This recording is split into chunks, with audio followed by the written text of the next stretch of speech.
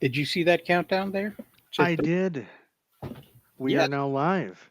Look we at. are live on Twitch and YouTube for Oh, Rosales Entertainment After Dark, where we, yeah. are going to talk all kinds of stuff that we won't normally talk about on Sundays. So, yeah, let's do that. I don't think I told anybody about the stream, though. Did I? Did I tweet about it? I don't think I did. Holy smokes! I told the guests about it, but I didn't tell anybody else about it. Let's go over YouTube and see what we can find.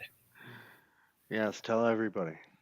I see Will Screedia's got an upcoming members only video. That's a members only.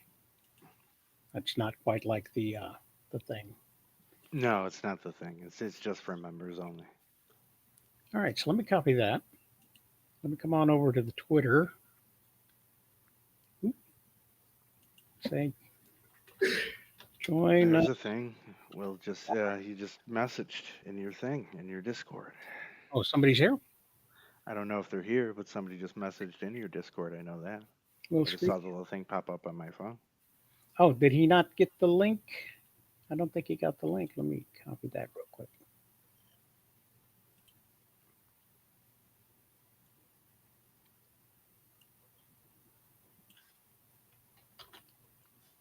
Hey, We. you posted the link too early. Nobody wants to scroll up, apparently.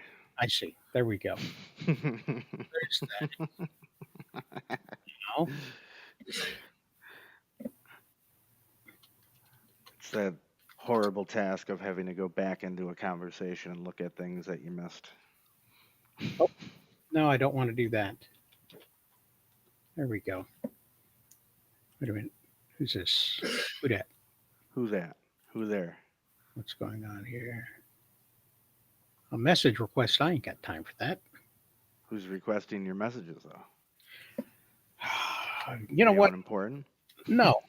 Just a bunch of women trying to get me to look at their stuff and follow their links. Hell yeah, there you go. Hey, how about that? There's a blank SIPO right there for you. Wait, what the? There is. Oh, Why See, is this? Hmm. oh, you're in the dark, Charles. Oh, there you are. there he is. Look at that. Can you hear me? Someone's Yes. dying. Yes. It's my son. He's trying to voluntarily give up a lung. He's trying to do there. He's looking. I'm sorry. I didn't realize that the link was part of the scheduled message for 9 p.m. Eastern. And I was like, is a link coming or? Oh, right. There it is. Ooh, look at this. Why are we so? You're up in the. Look at that. Hold on. What if we do this? Yeah. Oh, look at that. What if we do this? Oh. We do this. Oh, Hey, now I'm tiny. yes. I'll say. Oh no. That's what I've heard. So yeah, Joker may not be able to make it.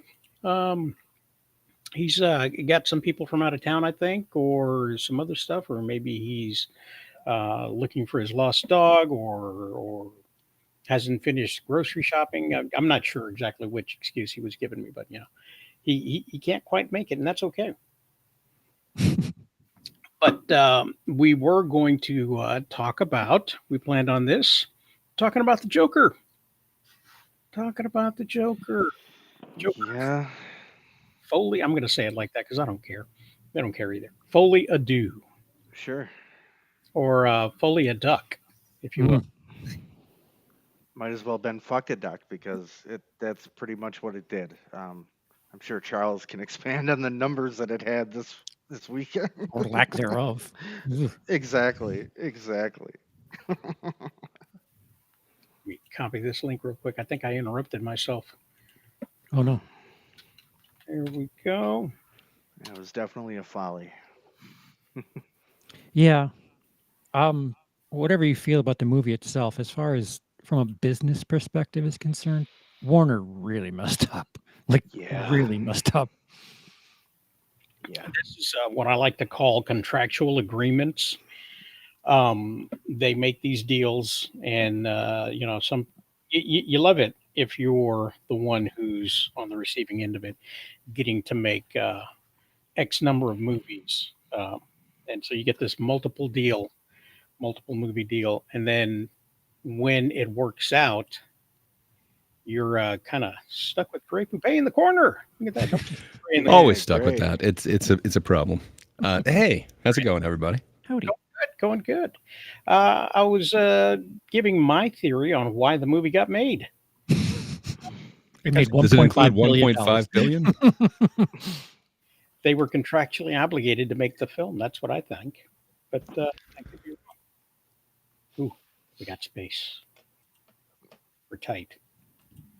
We're space. Tight. Sorry, I'm just messing with the new tool. Restream. So there we go. So Gray, you enjoyed the Hey. movie, yes? To my surprise, I really did. I watched a whole bunch of kind of reviews and spoilers of it, and I saw every bit of media that just said like this is the worst thing ever. Doesn't make sense. All the songs don't work. So I went in like totally expecting like this is gonna suck. This is gonna be long. Like, all right, fine. This is arduous. And I remember watching like the opening scene. It's like, all right, like that looks pretty. Like, all right, it looks like the same thing. And then all of a sudden the logo comes up, and it's like, oh, all right, like that logo looks really awesome. And I begrudgingly just came to love this movie over the course of it. I was not expecting to. It's the sequel I didn't think I needed, but man, am I glad I got.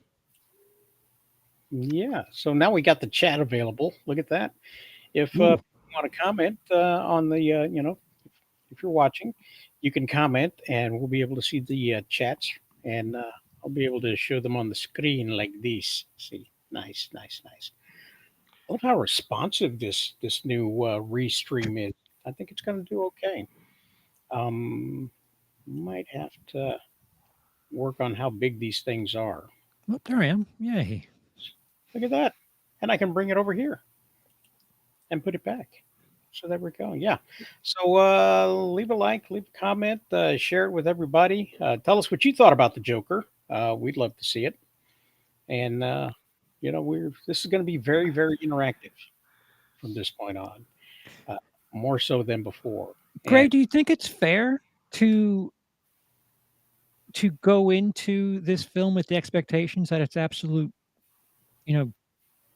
dog food with all of the negative hype? Is there a chance that your bar was put so low that you're expecting the worst thing possible and it wasn't the worst thing possible, and that has I something don't to do think with so. why If I'm ranking this out of 10, I'm putting it at like an 8. Same thing. Like if we're going letterbox, this is like a 4. It's not a perfect movie, but damn, I like this, and I'm comparing it to every other movie I've seen this year. Which, if we're just talking 2024 ones, there's like 120 of those, and then if we're talking like other movies, damn, I'm probably like in the 200s this year.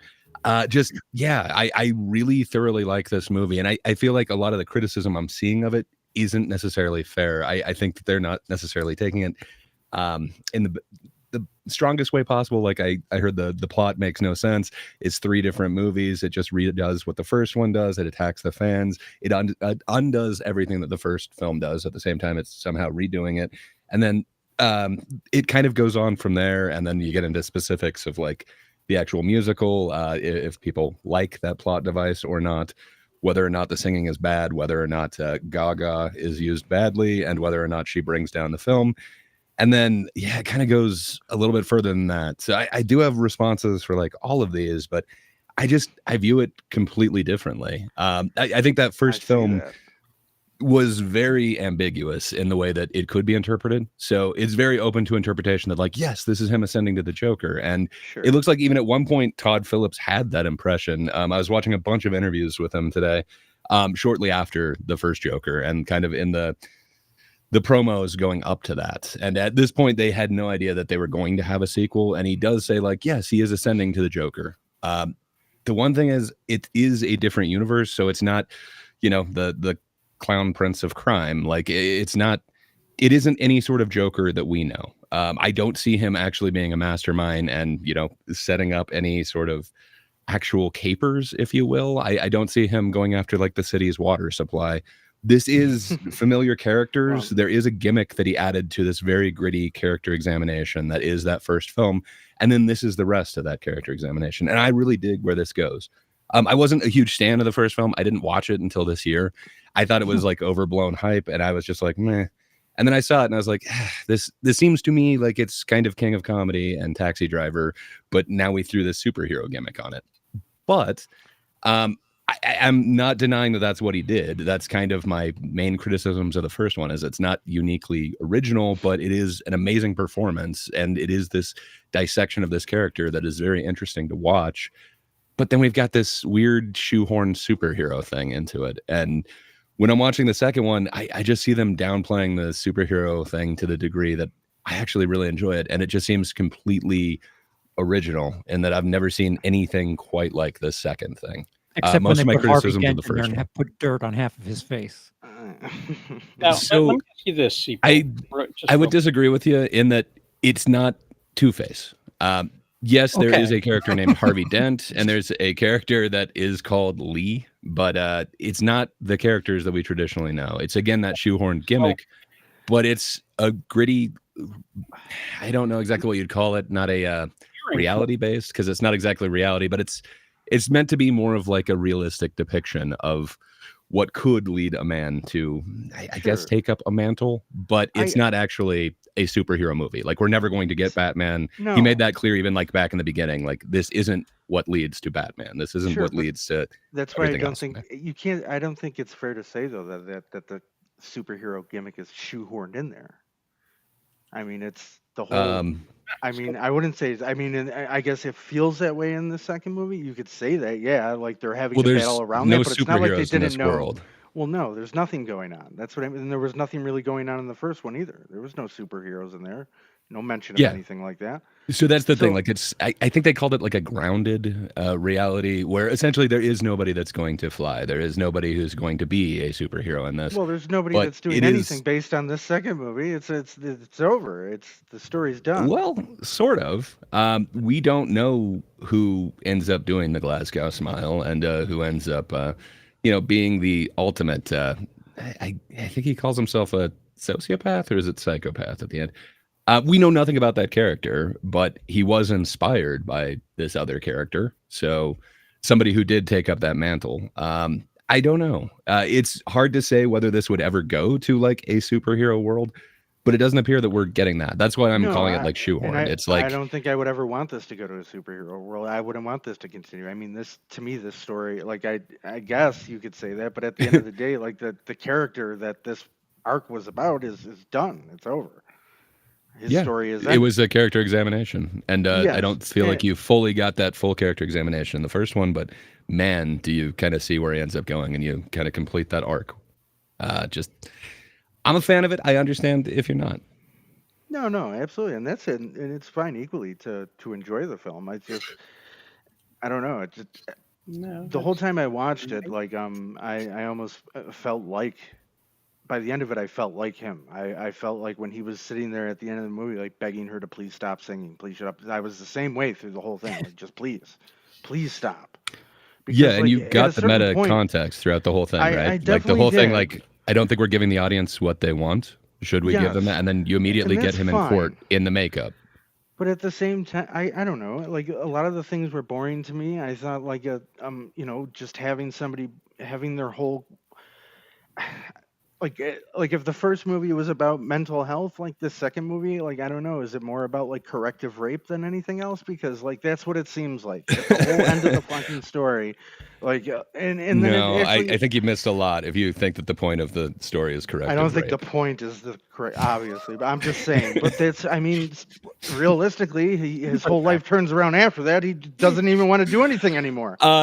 So that's discounting the whole Gary Puddles thing. So you'd have to think what happened before that. So there was the whole Lee is convincing him to fire his lawyer. He gets rid of his lawyer, then he represents himself. That's after they share their moment. They have a song together, and he says, "Hey, I don't think we're giving the audience what they want. Let's do that." And then you see him in court, and he is as Joker. This is the one time that you truly get to see him in reality, being this character, being this ascension of what you would kind of expect from a sequel. But man, it goes so further than that. You you get to see what he did to Gary Puddles, and you get to see that empathy, and that makes a crack in this facade that is Joker. And then from there, he then does go back after he's kind of made a fool of these, correctional officers, and you don't see exactly what they do to him. We can all assume that we know as they're kind of stripping him, taking him to the showers, and then it kind of looks like they might be adjusting their own garments. Sure. That being said, it's not explicit, so he is traumatized somehow in the bathroom. They prove their point that you can't humiliate us, and then from there, his friend, the one person who kind of supported him, who did believe in this Joker mantle, who is kind of championing him. We don't even get to see these people who are part of the institution so unceremoniously snuff out his life. But we have the Gary Puddles moment, which is after the lawyer had made Arthur kind of re-experience the trauma that he experienced as a kid and actually face it. And that was what got him to fire her. But then we have this Gary Puddles, which makes him kind of realize, oh, I really put him through this trauma, through this hell. Then he has his own experience. Then his friend gets so unceremoniously taken out. That's what leads him to the realization. And he gives that speech directly to the camera. It is very meta, where he's talking about, okay, I was going to come out here. I was going to be the Joker. And then he gives a very poignant speech. And I think that's the point of it. He had Harley telling him who he's supposed to be. He had the lawyer telling him who he's supposed to be. But this is the one time where he actually gets to speak for himself. To me, it's a much deeper examination of mental health and how these people are treated. Do you not think, though, that it also could be to the detriment of the film as well, being that meta? Because that's like almost. It's going to be. It's not going to be for everyone. So Charles's main point that we were bringing up the other day is like, yeah, but is it successful? No, it is not for everybody. And that's kind of what a sequel is supposed to be, especially if you're going to do 5 times the budget. This was never financially going to be a success. Like the first one was kind of lightning in a bottle. Warner didn't believe in it. And how the hell did it make 1.5 except for that kind of shoehorned superhero thing? Like if this was just, Taxi Driver 2020 or whatever year it was, I don't think this would be 1.5 billion. I think this would be somewhere in, like maybe the 10 million range or something like that. But you shoehorn that DC, Joker into this, and suddenly a lot of people want to know what the hell's going on with this. I think it's a poor choice if you're looking to make money, but artistically, I can't respect what he did enough with this sequel. It is the exact property that is like, I don't need a sequel for this. Like, why are they making one? And I could not be happier with what I got, is the only disagreement that we have. I'm glad you enjoy it, and I'm glad people who did enjoy it. For me, it was almost like a lot of the songs. I have no issue. Like the issue I have is like, okay, I don't think you needed Lady Gaga for this role at all. Like at all. It just didn't have to be her.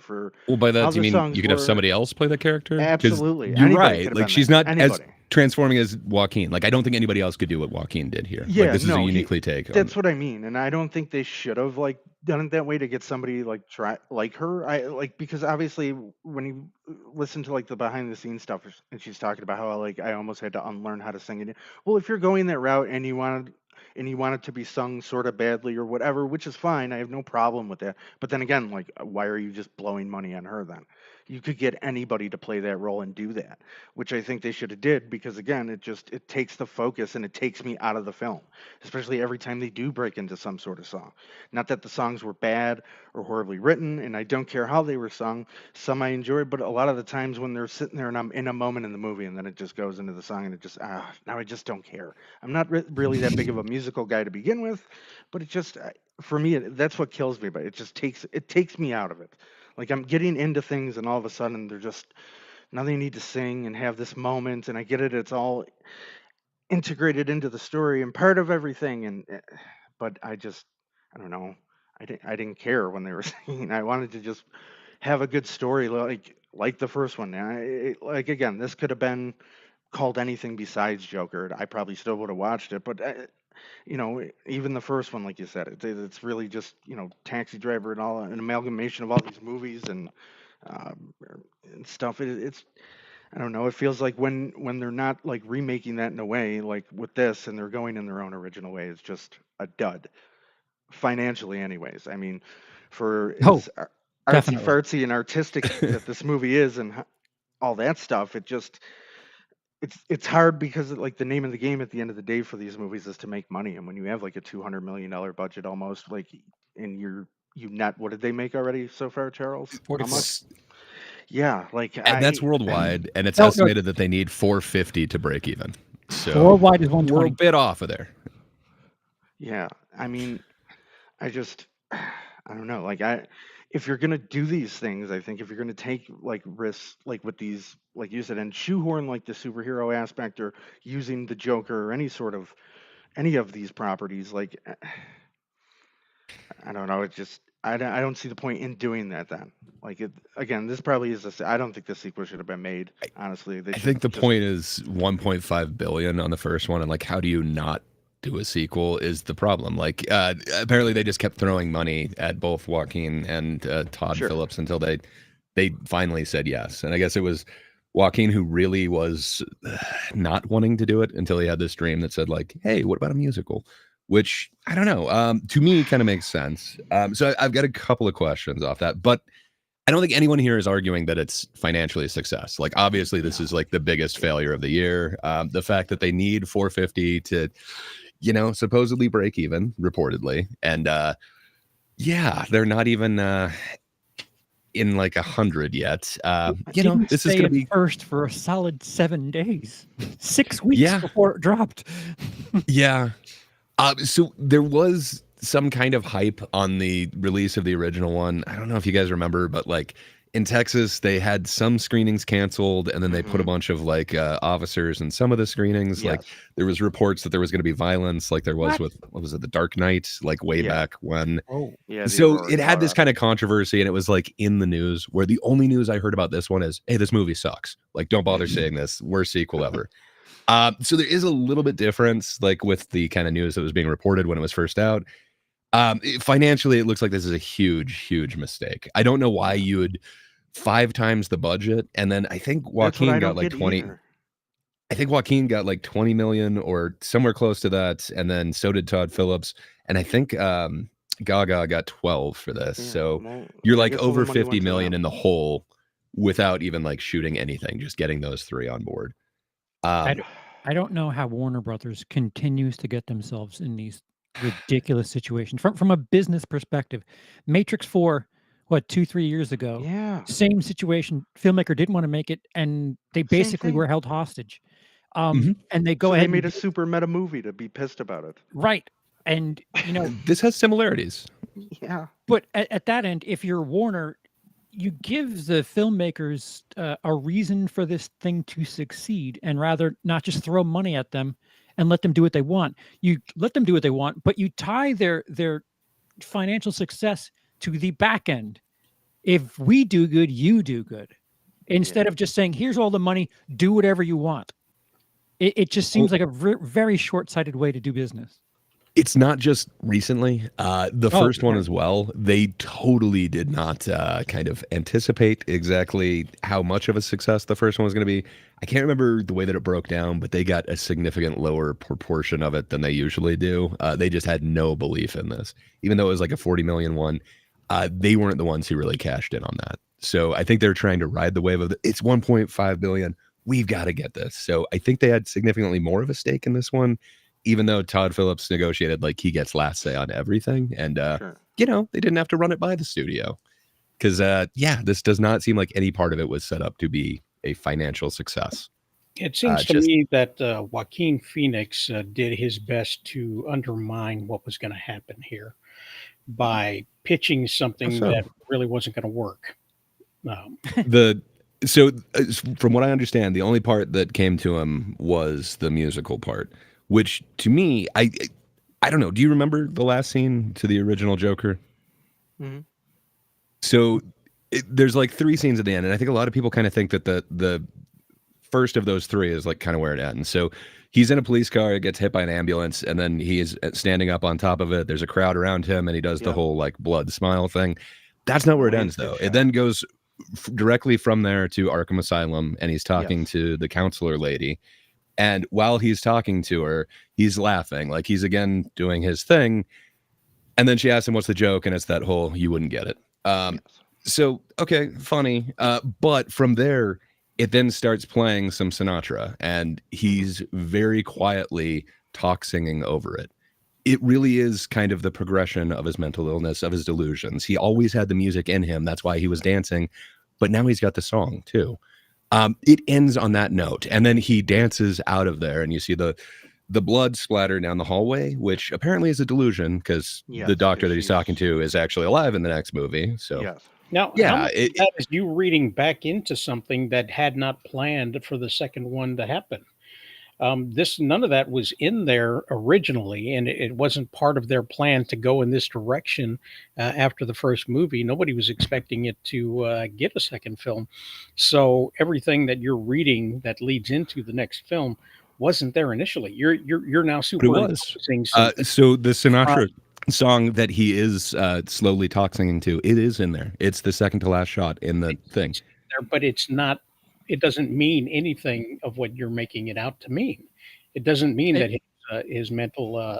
It's again, it's a retroactively Rorschach mean that. test. It is open to interpretation. That's how I'm interpreting it after seeing the second one. But it is open to interpretation. You see him talk sing, and then it appears that he kills the counselor and starts dancing away. But the second film shows us that apparently that's not what happened. It's more of what we saw in that first film, like the entire time where it shows him like on dates with Zazie Beetz, his neighbor, where it turns out none of that was true. That was all his Yeah. delusion.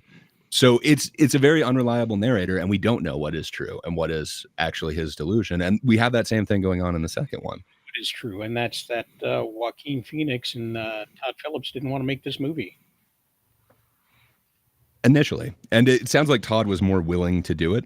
But yeah, I think there are 1.5 billion reasons why they were convinced to do it. Apparently 20 million of those reasons went straight to Joaquin Phoenix, which helped him. It helped him agree to do this. Yeah, but it did not help the film make its budget back. Spoiler alert. That is true. Yeah, nobody's arguing that this is financially a success. The only thing that I'm arguing in is I think this has a lot more going on for it than people are giving it credit for. I think a lot of the criticism saying like it doesn't make sense or the songs are shoehorned in there or anything like that, I think they're not looking at it from kind of. I think they're looking at it from the lens of this is supposed to be the ascent to Joker. None of this puts me in Joker. This isn't what I wanted, as opposed to kind of appreciating it for what it is. I think it all makes sense where I'm seeing it, but I can understand if people aren't happy with what they got. But saying it's not shoehorned cape shit is really being a bit charitable. No, I said considering it was shoehorned cape shit. Like it literally is a character examination, but then they shoehorned the whole he's the Joker into it. And that's what I didn't like about that first film. That's why I didn't see it for 4 years or something like that. But he still ended up doing elements of cape shit with whether or not you have Two-Face, you do have Harvey Dent, you do have the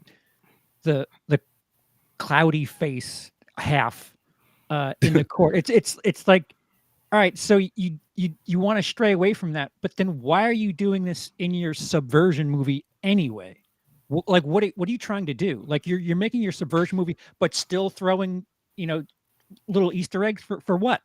Like who are you trying to impress with this? Because it seems erratic.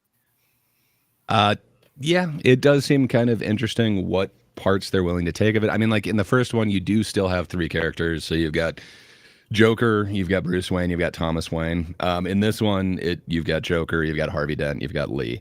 So, I mean, technically both of them have 3 characters from the comics, but it's never meant to actually be superheroes. To me, it doesn't feel like there's more shoehorned into the second one. Have the Joker or Harley Quinn. Well, it depends what time you actually hear Todd Phillips talk about it, because in some of these first interviews that I'm seeing, it looks like at one point he was under the impression that this is the ascension to Joker, but that is before they ever thought, where would you progress in this story? They were just going to leave it as the one-off, and then he even says in one of the interviews, like you could take it from there, and then you could put your favorite flavor of Joker, like this is the origin story of that. That doesn't seem to work for me, but that was kind of where he left it, and then you have to write a sequel. So he made a choice, and he took something that's kind of ambiguous. It's so clear that apparently it's not especially that. And Lee. Oh, come different.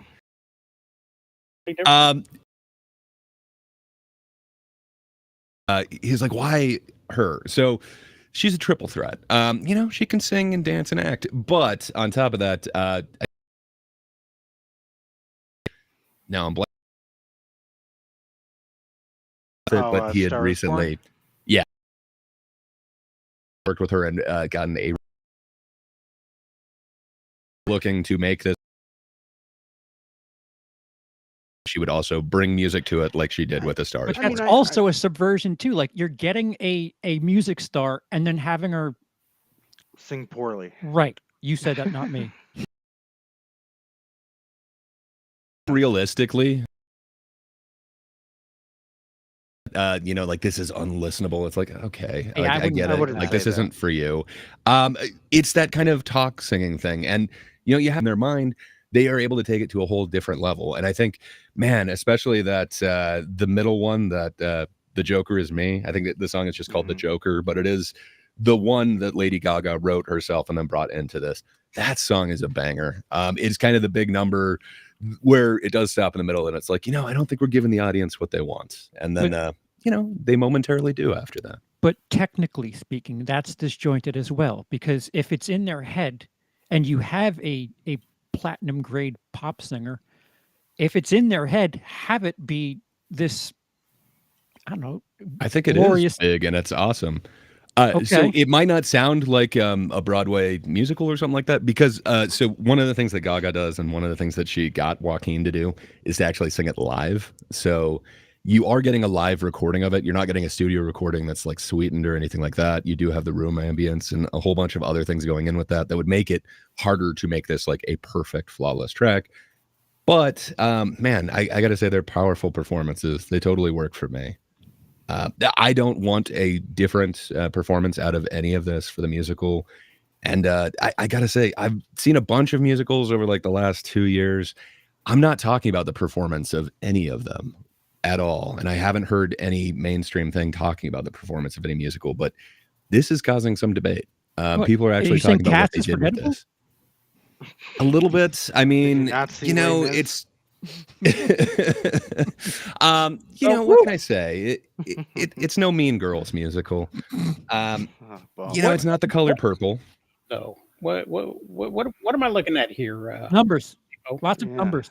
Lots and lots. So we're in number 3 now. Oh, This we're is- third. Oh boy. The low budget clown beat it quite extensively. Way to go, Terrifier. Good for you. Yeah, I hear some people were more terrified than others. Oh yeah, people were leaving that screening.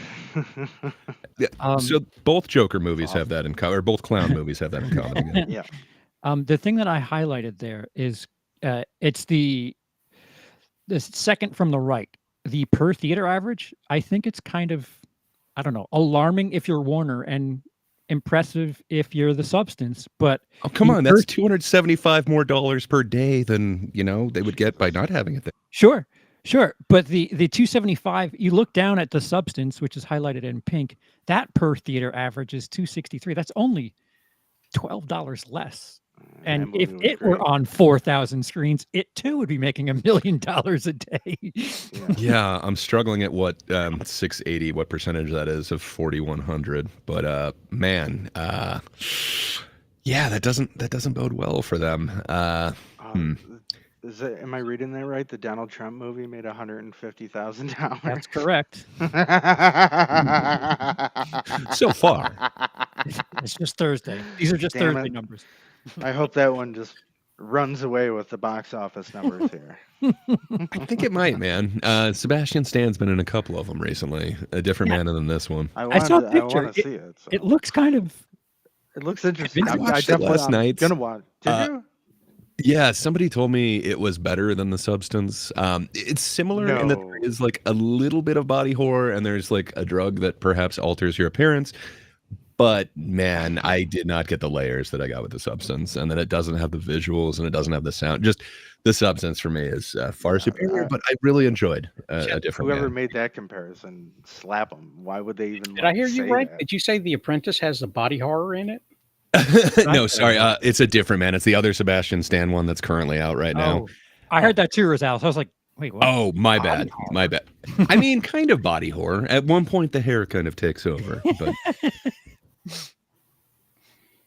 I would like to see that Yeah. one. Sorry, I saw a different man, the other Sebastian Stan It's- film that's currently I'm out. sorry. Is this for everyone else? Rosales seems to be overpowered when someone else is speaking. Like Oh, his no. audio cuts out, or is that just maybe me? I don't know if it is. I think probably something's going on. Yeah. It might just be me being a jerk. Did I just cut him off and did it take No, away all volume? I don't think it's I'm exclusively. going to keep talking. How about you say something, Rizal? How about I say something? Guests can control.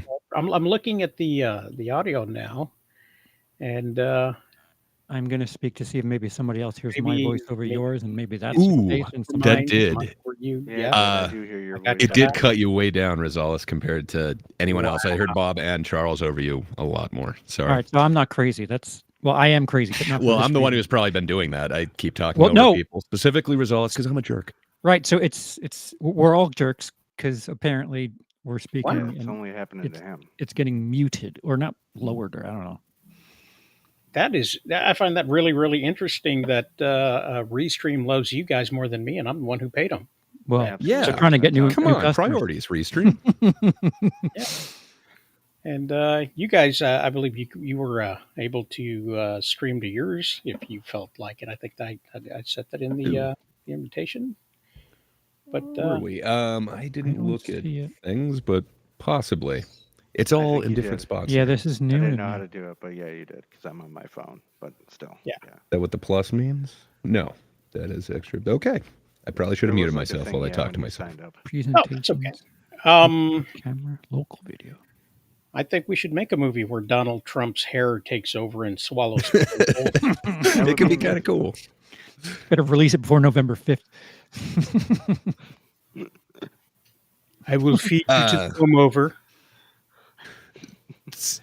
Oh, hey, we might have a special guest, it looks like. We might.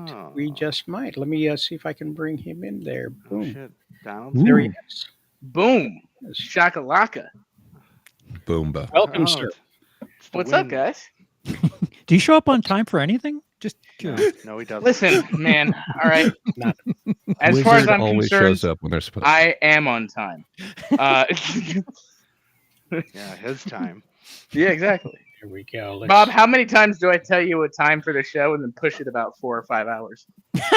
Every time. Every time we go Hours. to do our show. Well, let's get your opinion on the Joker. I think it's my favorite film of the year. based. I'm kidding. I thought it was terrible. Unbased.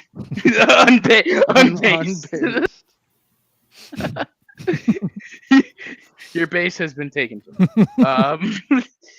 Yeah, it was a movie. I mean, look, I appreciate the first one, and I get what they were trying to tell and all that type of stuff.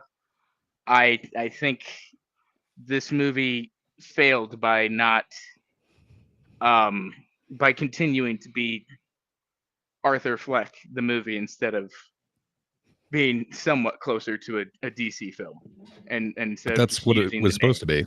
It was always supposed to be a character examination of Arthur Fleck. It was, but at the same time, I think that only worked once, because at the same time back then, right? Nobody really believed like, oh, it's that separate. We all went to see the first Joker, wondering what little snippets of the Batman universe we were getting. We got some, right? We got Baby Bruce and all these other things, and you know, It is so basically Joker, Thomas Wayne, and Bruce Wayne are the only elements from the comic in the first one, as far as I remember. right. You know, they do the whole thing with the Martha Wayne was crazy and all that stuff. Like, there are interesting threads there that I think you could pick up or do something of like, this is a setup Joker for a future like real Joker or something. And yeah, they just continued with the Fleck storyline, which I think obviously the box office kind of proved it that only worked once. You can only trick the audience into thinking that this is going to go somewhere when it's not. One time. Well, So we do you want- think the ratings, like the fact that it gets, now I'm forgetting exactly the score on Rotten Tomatoes, but it's universally like certified fresh. So you think that's only because they tricked the audience? You It's not certified fresh. that first movie, isn't it? I thought I was looking that up. I thought the first one wait, was- which one? This one or the second one? The first one. No, the first The one. first one, it's I don't know, I think it was like what 60. It was could've like sworn it barely on the meters, like 69% or something like that. Nice. Yeah. And that switched Uh, drastically since like the last time I looked, but it was kind of when it opened. Fair enough. It kind of has a universal acclaim. So you think that's only because it tricked the audience, that first one? 68 I- audience 89.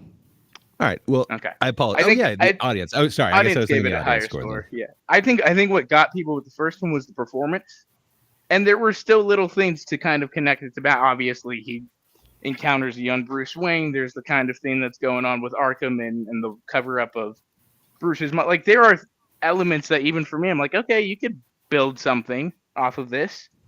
You know, you could turn this into something and still have your grounded take. You know, or whatever you want and stuff like.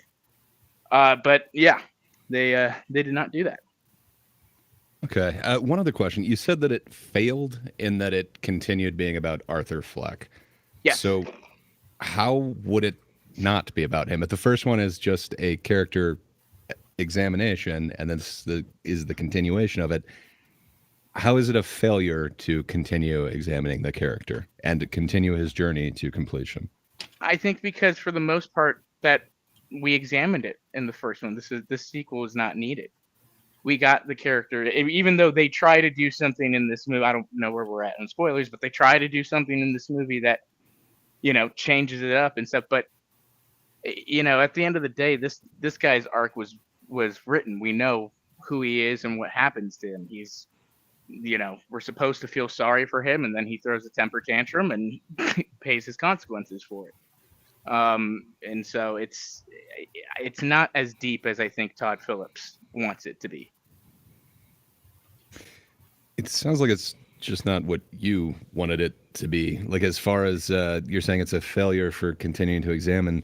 So none of the ground that it examines is a retread or anything. Like it starts out with that Me and My Shadow cartoon.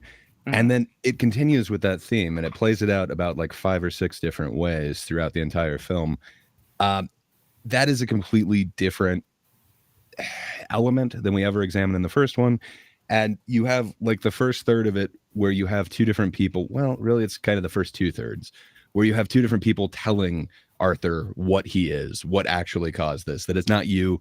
The Joker is not you at all. You are separate from him.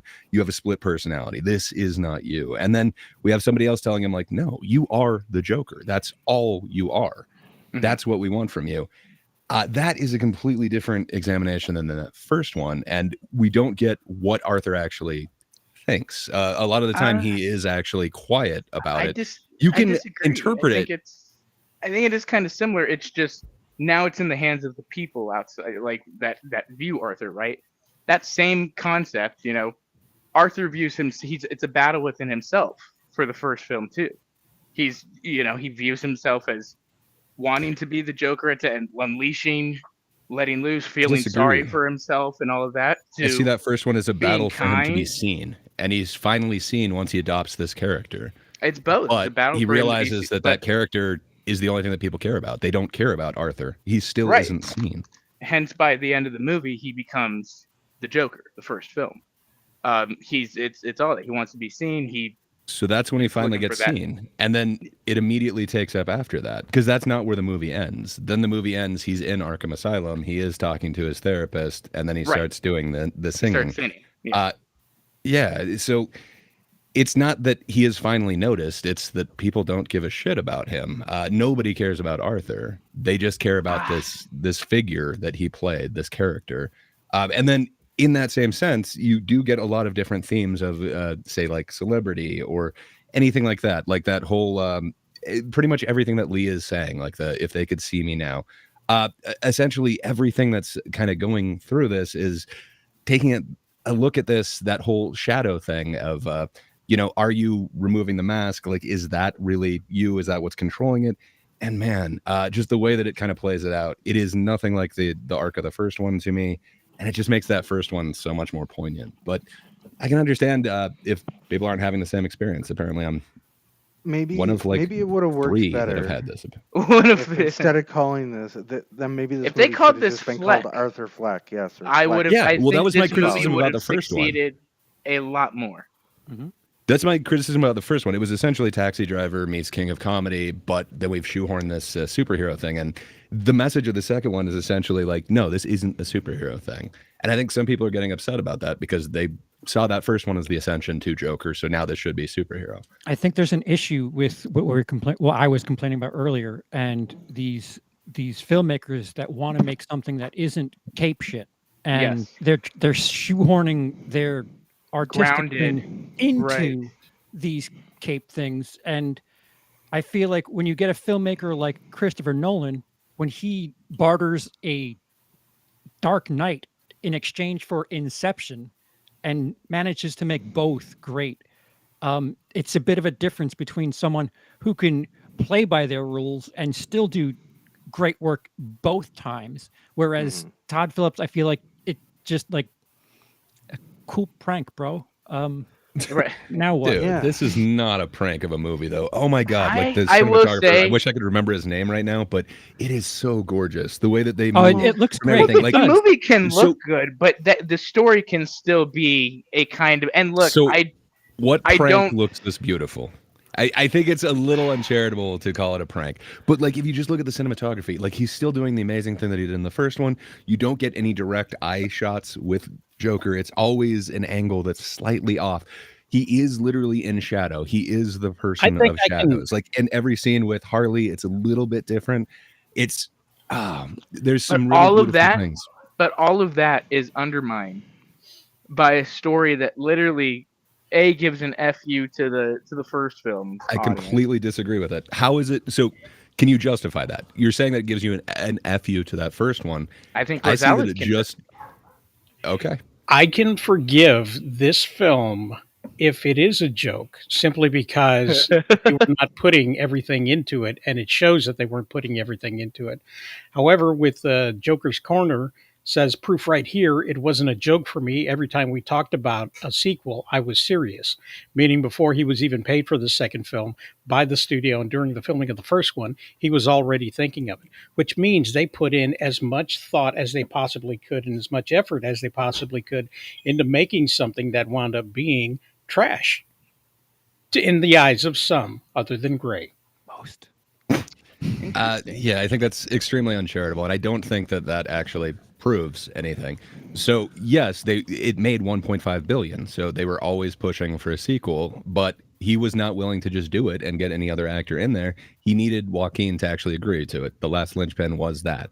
And Someone's yes, fooling they signed someone. on before a script was ready. That's kind of what happens with the sequel to like almost everything. I don't know. None of this says that this is a joke. I understand what you're saying, but in no way does that back up that this is all a joke on people. Again, So so I would wasn't put a it joke. this It's way. right there. It I wasn't I wouldn't say it's a joke, but I will say this. I think, as I kind of said earlier, I think it's Todd Phillips being pretentious and wanting to make something more of, trying to think that he's smarter or deeper than he actually is. Yeah, he wouldn't get this I budget understand if that he you've was just said that making. numerous He- times. So he- the other thing that I you will said give is him that this, is though. an FU to the audience. Can you tell me how this is an FU to the audience or anyone who liked the first one? Well, because if you like the first one, I mean, where are we I like at the on first one. I spoilers? like the Am second one. So We're that good. kind of but Stop let's be that honest, argument. you are in a kind of smaller demographic there. A lot of people that did like the first one do not like this one, and or Okay. vice versa. I have heard and the you're opposite saying too, where it's people an that like FU this to one. people who like the and first didn't like- one. I don't feel like this is a fuck you to me. So how is it a fuck you to anyone who liked the first one? I'll be honest, Well- even I, as somebody that I did kind of like the first, mainly for Joaquin and some other things. Yeah, I was like, what the hell is this? This is it feels So unserious, but it's trying to take itself so seriously. I acknowledge that you feel that way. That still isn't in any way explaining how it's a fuck you to the audience. Well, okay. all right, maybe this. Okay, let me look. Let's try and look at it this way. If you look at it from the perspective of people who, again, they saw the first movie. It's called Joker. Obviously, they know it's going to be different. When you look at a trailer, you're going to see that this isn't your everyday Joker story. They go into the first movie, they see it. I mean, I would almost argue that the movie came out at the right time as well, like the timing Yeah. for the movie with everything that was going on at that time. And like how you said, this movie was triggering security to be at movie theaters because they thought crazy white boys were going to start shooting up the theaters again. So, like, this Again. movie comes out, Damn crazy And- white boys. and people love it. It makes the 1.5 billion dollars that it makes. It becomes a hit, and at the end of the movie, people see, again, they're looking at, even though we know at the end of the movie, like you say, Gray, he's singing and he's running through the hospital and he's leaving the trail of blood. People look at that other scene that you said as well, where he's standing on the car and embracing that moniker of the Joker. So Right. people have an 100%. expectation after this movie that, okay, if we That do this get is the another beginning movie, of the Joker's Yes. journey. that it's Yeah. going to, that is what's going to be expanded on, that part of it. Okay. So So is it a fuck you if you think that I'm going to talk about B, but I just continue with A? I don't think so. I think, okay, yes, certain to a people se- expected I don't that think they it's would a fuck you, go but I think in a people different feel direction. gypped in a sense. If you're on the publicity tour and they ask you outright if the film is a musical and you define a musical Okay. and then say So, no, that is I've kind been of a really fuck looking you. into this today. I can't find one place where Todd Phillips is saying that. The only one that I saw that like really denied that this was ever a musical was Gaga. Now I could be wrong, but I remember Rosales, you covered this like 6 months ago. I think we talked about it like many months ago. I know I've argued this with MSK. So on a bunch of different shows, and maybe we're in like some rarefied era where we are looking He at who movie shall not news be and like named. the audience, maybe they're not as familiar with the thing, but it had been reported that this is a musical for quite some From time. I day want to say one, like a yes. year ago. Yes, And from day one. When That I was the see first like piece all of these news about it. interviews with Todd Phillips, he's saying it's a musical. When I see the cinematographer, he's saying it's a musical. The only one that I saw say that it's not is Gaga. The- Am the I wrong on musician- this? Am I missing somebody? When the musician says no, it's not a musical. Meanwhile, Yeah, but I mean, like, so okay, would you believe like the filmmaker, the people who are actually, involved in writing and editing, or would you believe one actor? Like, would you listen to Charlie Sheen about like what Hot Shots is really about, or would you like perhaps go to? I'm trying to think of anything that Charlie Sheen was in. I was just trying to think of like an unreliable actor. Perhaps I pile should have of chosen somebody. cocaine? Ezra Miller. Okay, would you take his view on what The Flash is, or would you go to like the director? was That Ezra movie Miller sucked. I supposed- wouldn't go to either of them, to be honest. I'm Fair enough. trying to think of a comparable because Lady Gaga. Yeah, is I don't more know known what for music. rarefied air Gaga is in, other Well, than like she's a yeah. pop star. So it's like I don't think she's I don't. that I in don't know touch why with she would reality, say but I this could be wasn't a wrong. musical, though. That makes no sense to me because Right. from the timeline I remember of this movie, from day one, when the rumor mill started about this movie, it was that, hey, this is going to be a musical, and that's Yeah. what Yeah. people were already You- hemming and hawing about before a piece of film was even shot. You would think between either Todd Phillips or Warner or DC, knowing how much money is on the line, you would think one of them would have Apparently, pulled. we're not supposed to bring DC into this because Okay. apparently even Which Todd is Phillips tried studio, to yeah, do that's that. regardless, not a regardless DC from the studio. back end's sake, you would think one of them would pull her aside and be like, "Hey, listen, you know what you're doing. Don't do that. We have a lot of money on this. We've been telling them it's a musical for months now. Don't you have it wrong. We brought you here to sing. You're in a musical. Don't say that." But we've not heard of such instances. You think So maybe that- she said, but yeah, I didn't sing my best though. But like that is a fuck you element at the very. So I've seen that she has never said that she didn't sing her best. I see that she has taken super pride in having to learn to rebreathe, to sing more She like a said, natural I human had being. to unlearn to sing. Yes, and she well, took basically. pride in that, and she was Which- bragging about it. Also, like, she still sings pretty much the same. So I was sitting there going, what did you unlearn? What in the hell did you, like... Yeah, you're completely wrong. So she released a subsequent album. It is a companion piece, and it's called Harlequin. If you listen to that album, which I own 0 Gaga albums until now. Are you about to I come out as a literally- Gaga fan? Oh, I'm a Gaga fan now. A Gaga Yeah, fan. what can I say? That's a God fan. I love that. Yeah, what can I Gaga. say? So I do own the album now, thanks to Spotify, where it's as easy as just hitting the download button, and I didn't have to pay anything extra for it. But You're leasing. man, there's some really cool versions of the songs that are on here, and you get to see what she would do with her full range versus what was in the flick, and it's really night and day difference. So she I didn't don't think it's deliver fair her for you best. to say it's So wait exactly a the minute. same. You're So- saying that she did not deliver her best in the film. No, I'm saying that she did it in character. Just like That when was- you it say, was like, on hey, this purpose. dude who's doing a spoken word thing, it doesn't sound like that actual actor. That means that he So- did a lesser. It's like, no, he was doing an accent. He was playing a So, character. I So just what she wanna did was understand. a more natural, more human version of it than a pop star doing it. But wait, but you said in the companion album though, is it different than what you hear in the film? Yes, every single track is 100% different. That's There terrible, is. then. That's Why is even that worse to terrible? me.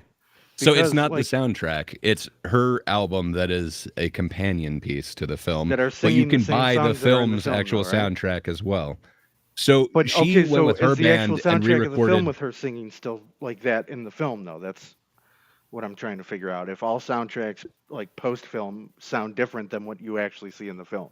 No, Because to so me that's kind of a no, disservice, two different things. actually. So in category A, you have the soundtrack, which is exactly what you heard in there. You can buy that. But she released a companion piece called Harlequin, which again doesn't really make a distinction between the character Harley Quinn and Lee Quinn. So great job with the titling. But that has a different version of each one of these songs, which is recorded by like her band. She specifically did like a waltz. And they're very high quality, actually done in the studio, where every recording that you hear in this actual, the musical, the movie itself, they were live recordings in that actual thing. Just any studio recording is going to be so much different. You could take it literally word by word, syllable by syllable. There's a lot of editing that you can do. There's a lot of different elements you can add to it. That isn't what was done with what we get in the movie. It's live recording off the floor. And apparently Joaquin was not comfortable with that. So Maybe that's part of learned the problem to as well. do her singing a little bit differently to make it more human, more natural than a pop star, and to make him a little bit more comfortable. Did he? So, I mean, this was the guy that played Johnny Cash, though.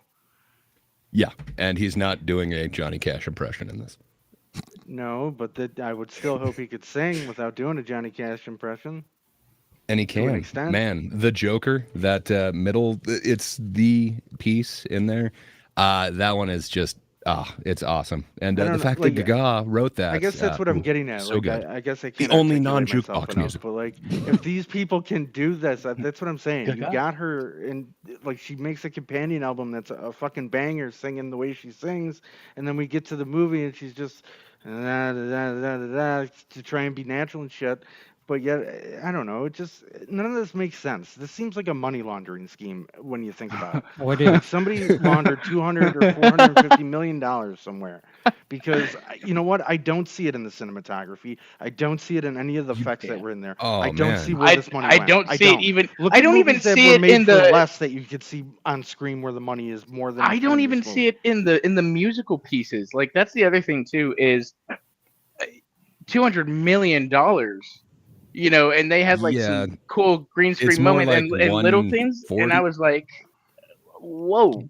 Take Like- 120 of it and squash that with three of the people involved.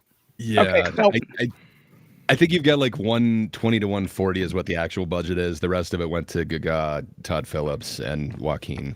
This is just bad. That's what I mean. Somebody's washing money because this It is doesn't just- sound like it's good so- it financial makes no decisions. sense. Nope. No, it doesn't. I don't know why you'd make money off of this. It not does going not to. seem like it was a great Let's idea. get a final thought on this particular topic of the Joker. We'll start with Austin and work through Gray, and then Sipo and Bob. And since you guys all saw the film, should anybody go out this week, since it'll most likely be the last week it's in the theaters, should they go out and get themselves a private screening of Joker Folie à Deux? Austin. It's kind of nice. Yeah, I'm going to say my final thoughts on this. Was it a musical? Yes, it was a musical, and it was a film. And should you go see it? If you like clowns, There's a great movie called Terrifier 3 out that might be a better option. But it's obviously up to you. I won't tell anybody what to see and what not to see. Make your decision. And God be with you if you do decide. Gray, I believe you would probably say that people should go out there and experience it the way it's meant to be seen on the big Depends. If you like being in an empty theater and truly enjoying yourself and losing yourself to song, yeah, this is your once and only experience that you'll ever have to see this movie on a big screen. It's probably going away by next week. So if you did have that desire, you should really get in on that. You should hurry up before the other clown kicks its ass.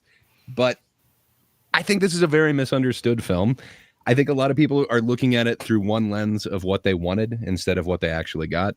I think history is going to be really kind to this film in the way that we used to have a whole bunch of cult classics that they did not do good financially. I think nobody is arguing that this is a financial winner. It's not. None of this makes sense. But I think this could be a cult classic. And I think there's a lot of things going here. So I really disagree with Bob. And I also disagree with Austin when you're saying that there's nothing special about the visuals here. Man, it is so fucking gorgeous. So do you think this will get frames, Snyder cult following? I don't think so. I think Todd Phillips is a very divisive director, and I don't think anyone's going to let him go back anywhere near this. Plus, he got $20 million to do this. I don't think he needs to. But visually, this is just so stunning. The opening, it looks very close to what we got in the last film, and it just progresses so much from there. Just, man, what the cinematographer is able to do with this. They're using an ARRI camera again on this one, and it's pretty amazing what they're able to do. There's a couple of like real hero lenses that they use in a couple different shots, like when she does the lipstick on the whole thing. You can tell that they're using a very special lens. There's some real visuals in this that I don't think are getting the credit they deserve simply because people don't like the direction that this film went. Same thing with the songs in this. I think they are absolutely perfect. It makes so much sense to me when these characters who are, in a mental institution, when they're not able to actually verbalize the feelings that they're able to, feel, they're able to get across that emotion in song. And just, if you really do listen to what the lyrics are in each one of these songs, there's 13 different in total. Man, it really does paint the picture. And it makes this really intense examination of a character. And I think that's what the first one was, but it wasn't a complete story. And this really gives the complete arc, and it really shows him taking ownership for his own fate. And I really look forward to seeing this again. But for me, it works on every single level. And, that's not a financial thing. And it's never going to make any sort of sense financially.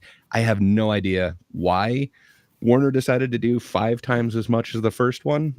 Maybe double it and see if you can even come anywhere near close to $1 billion. But no, they went a different option. And I don't think it was a good choice. I don't think they've been making a lot of them, as Charles kind of pointed out. But obviously, currently, I'm in the minority here. The entire internet has revolted against this. Everyone hates it.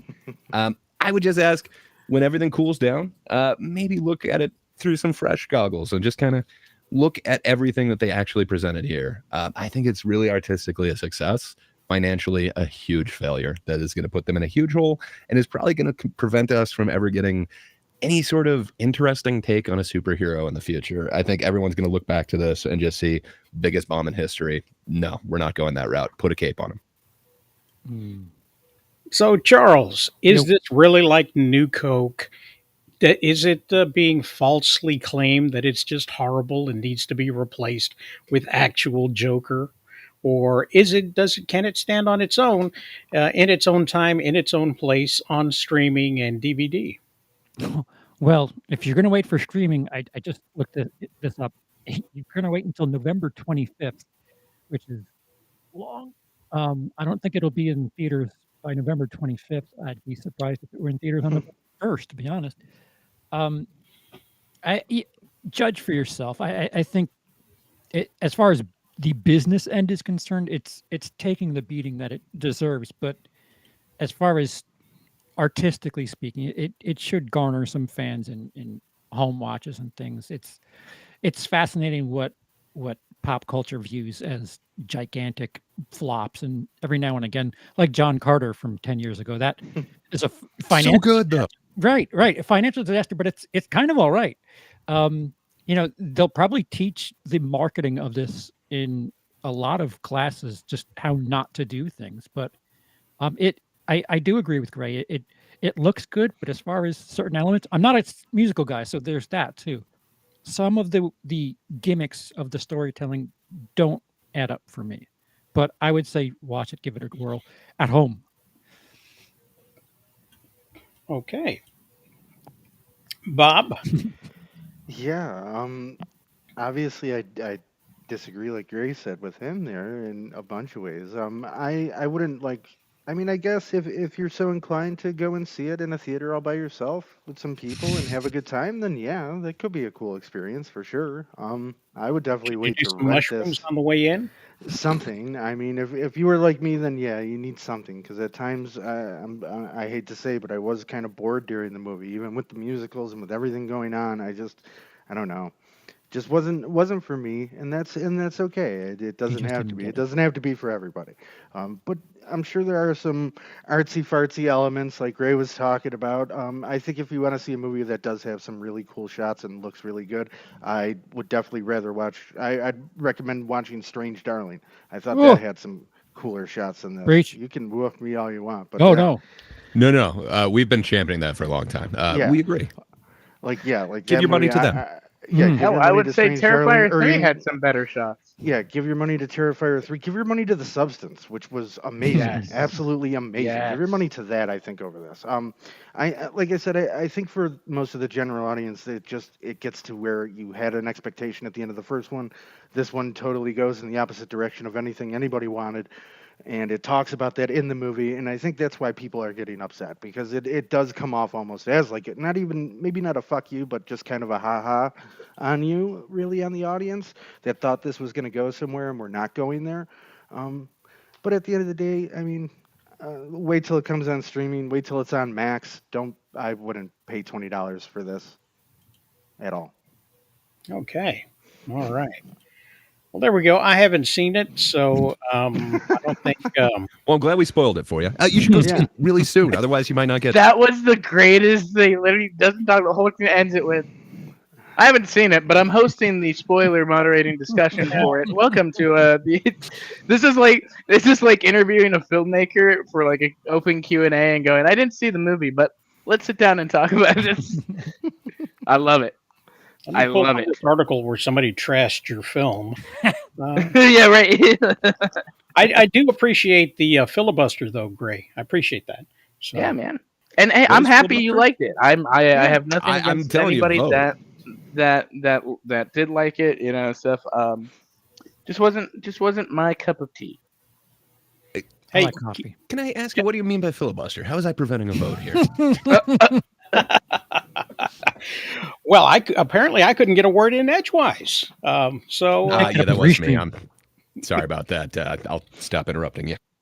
but hey, guess what? How much of a nerd is Henry Cavill now that he's been cast in Voltron? Oh, Too God. much? I don't Yeah, know. let's see. He Yeah, did the not he enough. did The Witcher, based on what, some novels and some games and stuff like that. Yes. And then he was obviously Superman for a good portion of the early aughts, and Wolverine. now he's Yeah. an executive producer in Warhammer 40K. It's like he's Nice. going through his hobby cabinet and saying, "Let's make one of these." That's cool, man. Which I is mean, awesome. good for It- him. Yeah. Seems to getting be that different He-Man than what a book? lot of them are doing. Instead, it's like, hey, what name can we kind of get recognition for next, as opposed to what do I like? So I like that he has passion behind it all. Like, hell Absolutely. yeah, he seems to be an authentic nerd. Yeah, Absolutely. absolutely. Authentic nerd. Need more actors that are willing to do stuff like that. To be honest. Hashtag Different more projects. authentic nerds. Mm. Yeah. There should be more authentic nerds. Henry Cavill to star in Voltron for Amazon MGM. Oh, you know what? He's in bed with Amazon already with Warhammer, And so I don't know Yeah. if this is Wait. actually to. You were He's saying in bed for their Warhammer? yes. Hmm. That must be quite He rolled a d20. Austin. What's it like to be in bed with a Warhammer? Oh wow. Welcome You know to what? You can ask my boyfriend Bradley. This is the After Dark show, right? Okay. So yeah, he's he's doing this, and it's going to be an Amazon production thingy. So most likely it will be available on streaming, not guaranteed to come out in theaters. Fine. So should be fun, I think, Yeah, good for him. or not. Well, what genuinely, just like from the eye test, what will be the difference between this and say Pacific Rim 2 Joe Sixpack? Ooh. Well, they're tigers that become this amazing robot. Oh, very distinct is what Joe Sixpack is going to think. You got one robot that's just really, really large, and then you've got 5 robots that combine to make a bigger robot that's really, really large. So, So the Transformers Power and Rangers. Pacific Rims, yes, and Power Rangers, Yeah, they it's- all had a baby. Well, yeah, let's be fair. Power Rangers came after Voltron. Okay. And the look, All right, you There's- don't got to yell at me, okay, Rosales? Jesus. there's what is that? A tiger heads for hands? And And feet. feet. Looks like they, yeah. And his helmet too. Yeah, Absolutely. tiger things everywhere. I like it's got a human face inside the tiger face. Yes, Based. but will it be his face Hmm. as the tiger? Oh, Ooh. You got to make that money. Get Henry Cavill's face on something. Yeah. Yeah. But you know what? Are they really using him to the best of his ability? Because he's going to be inside the robot, and when it comes to Warhammer, he's going to be inside the armor. Hmm. So, it would be like Yeah, but casting him as Master Chief and then not taking the helmet off. Yeah. Yeah, More but you know hammer, how that less goes. war. They Less just do the war, Iron more Man hammer? shots for that. How do I get who's rid- showing their hammer? Henry Cavill? Hopefully Cavill. Oh yeah. Well, if you haven't seen it already, it's in Immortals. I don't know that. The 39-minute mark. Wow. Let's You cue up can the see video. Henry's Cavill in Immortals now out on DVD. Yeah. So, The man Yeah. from Uncle. You can do So, my I like, can't how- remember the name. He was in some terrible movie with Bruce Willis, where like their family gets. It's not that bad. Oh my god. it's a piece of Wow, shit. that's It not is that such bad. a piece But of shit. Joker It is is a such a piece of shit. Yeah, this. Listen, this was 2012, back when I expected movies to be bad. Okay. Wait, Can't what? remember the Which name of it. movie? Bruce Willis. What was Yeah, it? with Bruce Willis and Henry Cavill. Cold and Henry Night Cavill of was, like, Day or his, something like yeah, that, some dumb shit like that. And they're on like a family vacation. and right? The wife and other people. And get taken don't forget away. Sigourney. My girl Sigourney's Oh, in yeah, there. Sigourney's in there. I Yeah, did and, like, forget. I I snapped did that. Cavill, forget. Bruce Willis, yeah, everybody. I forgot wanted 'cause to nobody forget. saw it to begin with. But wait, Terrible movie. did anybody answer me? Like, what Oh, Red Notice? I mean, Tigers. Tigers is the difference. Yeah. So, whenever they decide what they're doing with this, what will the casual audience think of this that is distinctive, that draws them to see it?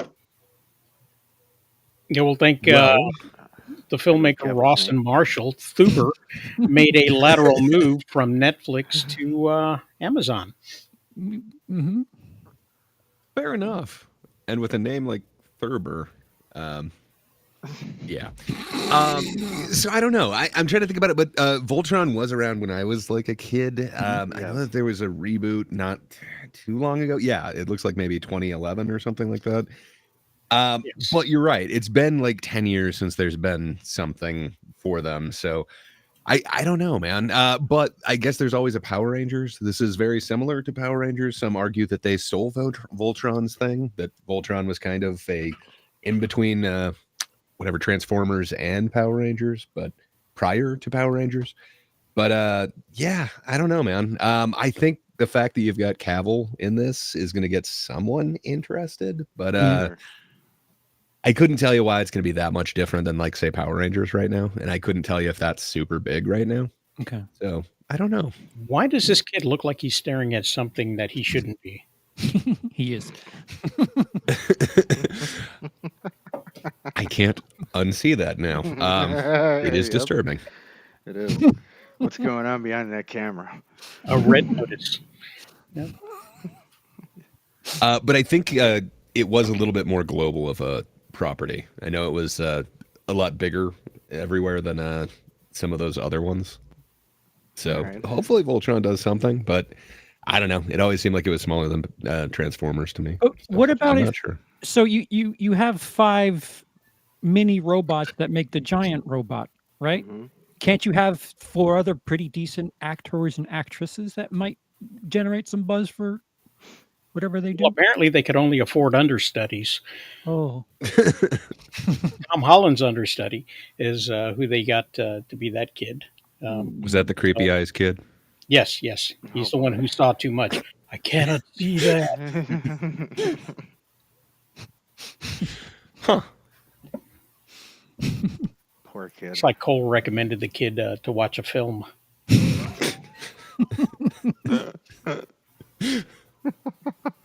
it'll probably. I mean, if they, it seems like Amazon's a bit more restricted than Netflix and people like Warner are. They might go the route of Roadhouse and not spend too much and still keep it kind of reserved because maybe they'll just throw it on Amazon.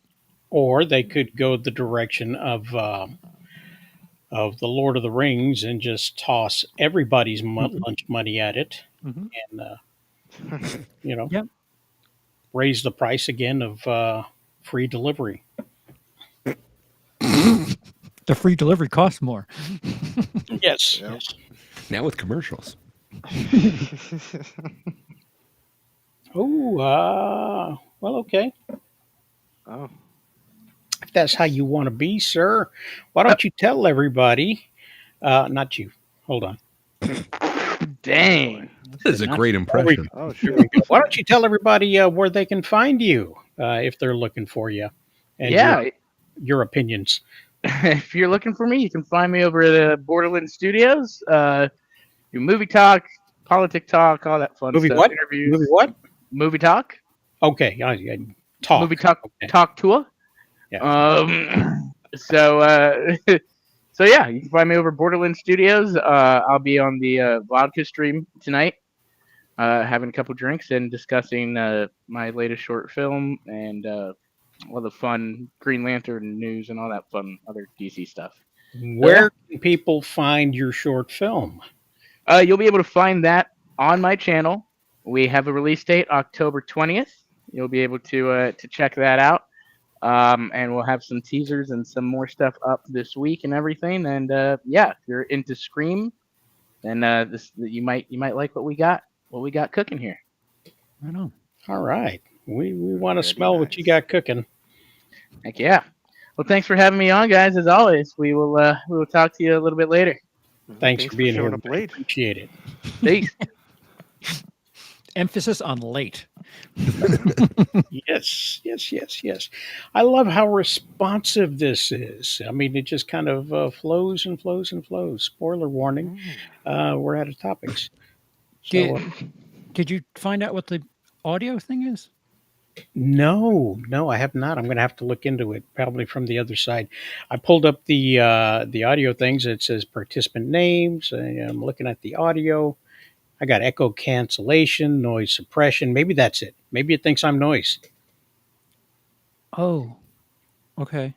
That could be it, yeah. Is this running off of your desktop, your hard drive, or is it running through the cloud? Like, I'm trying to figure out why it's running so well as opposed to something. I probably have something going on Okay.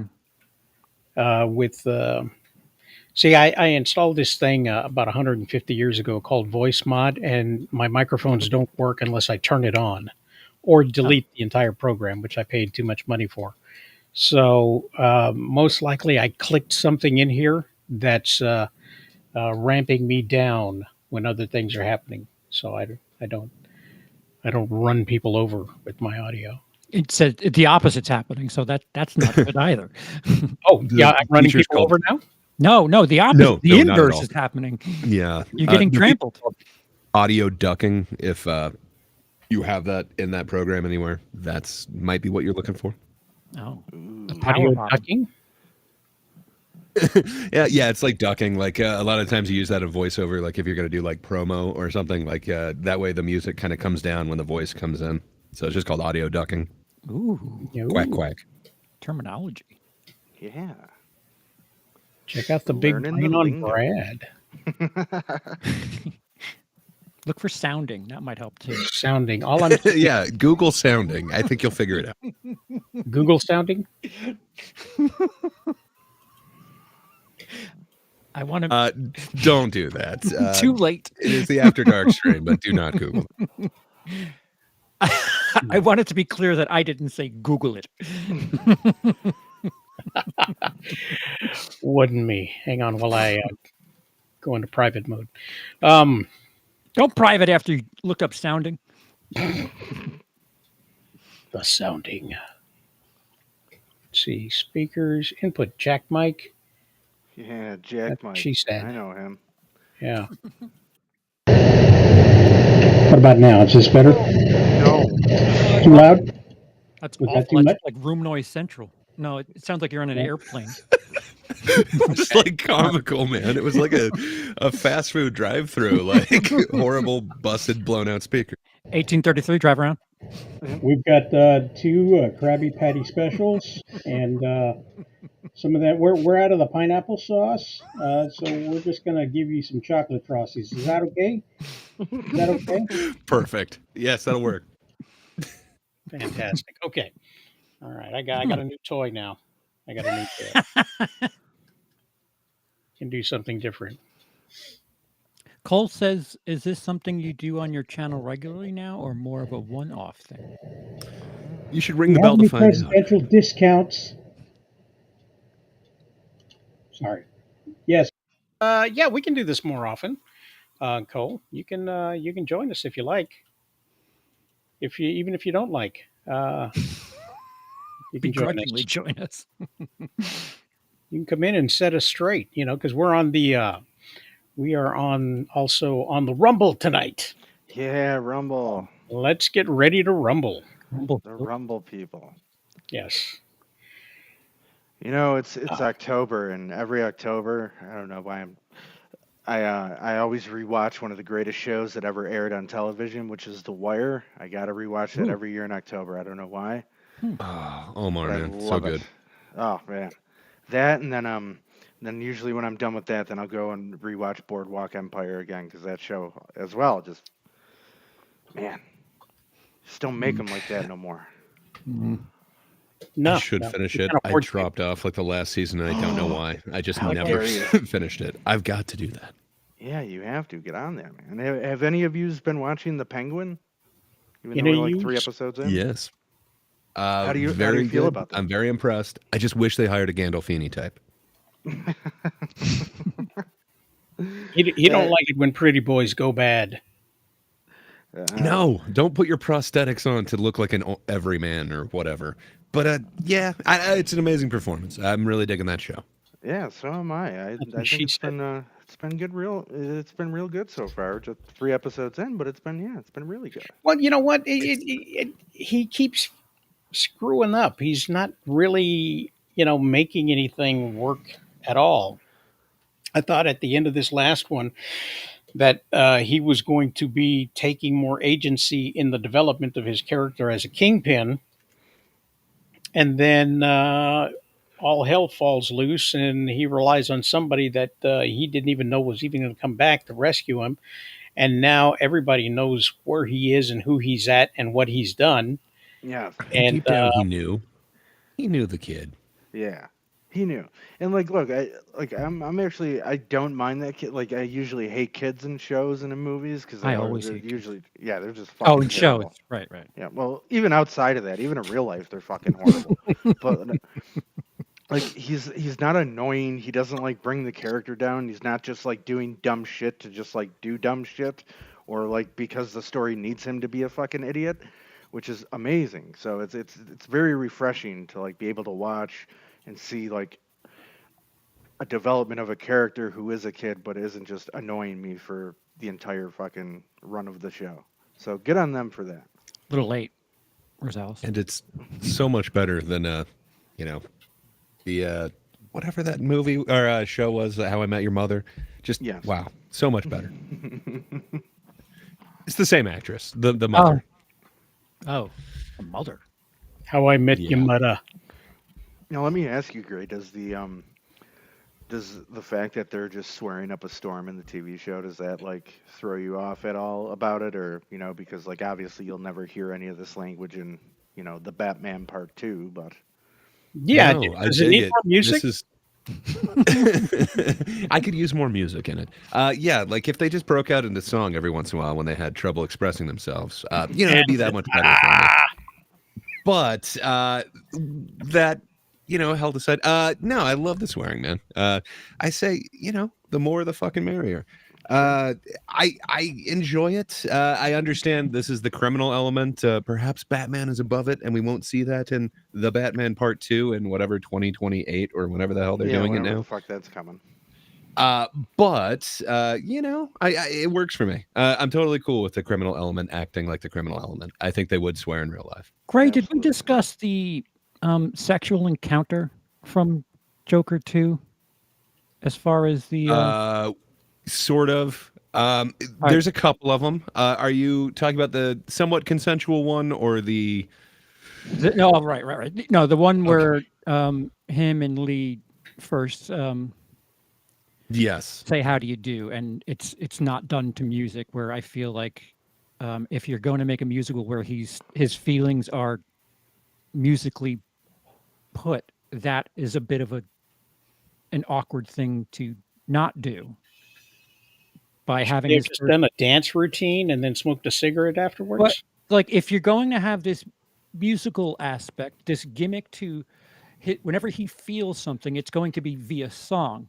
Here he is, where we're kind of told that this is his first sexual encounter, and it's very cold and very matter of fact, and three thrusts It's kind of and over. quick. Right. But before that, you forgot that she had to like kind of make Arthur not Arthur in that moment. She had to apply the makeup because, you know, that's what she's interested in. But you're right. Then that incident happens really quick. And that would be a bunch of emotions that he's feeling right there. He goes directly from there to the interview. And Did then we talk right about after that, though? right after that interview is the song, and it's I've got my heart. So I've lost my heart, and what of it? Bewitched.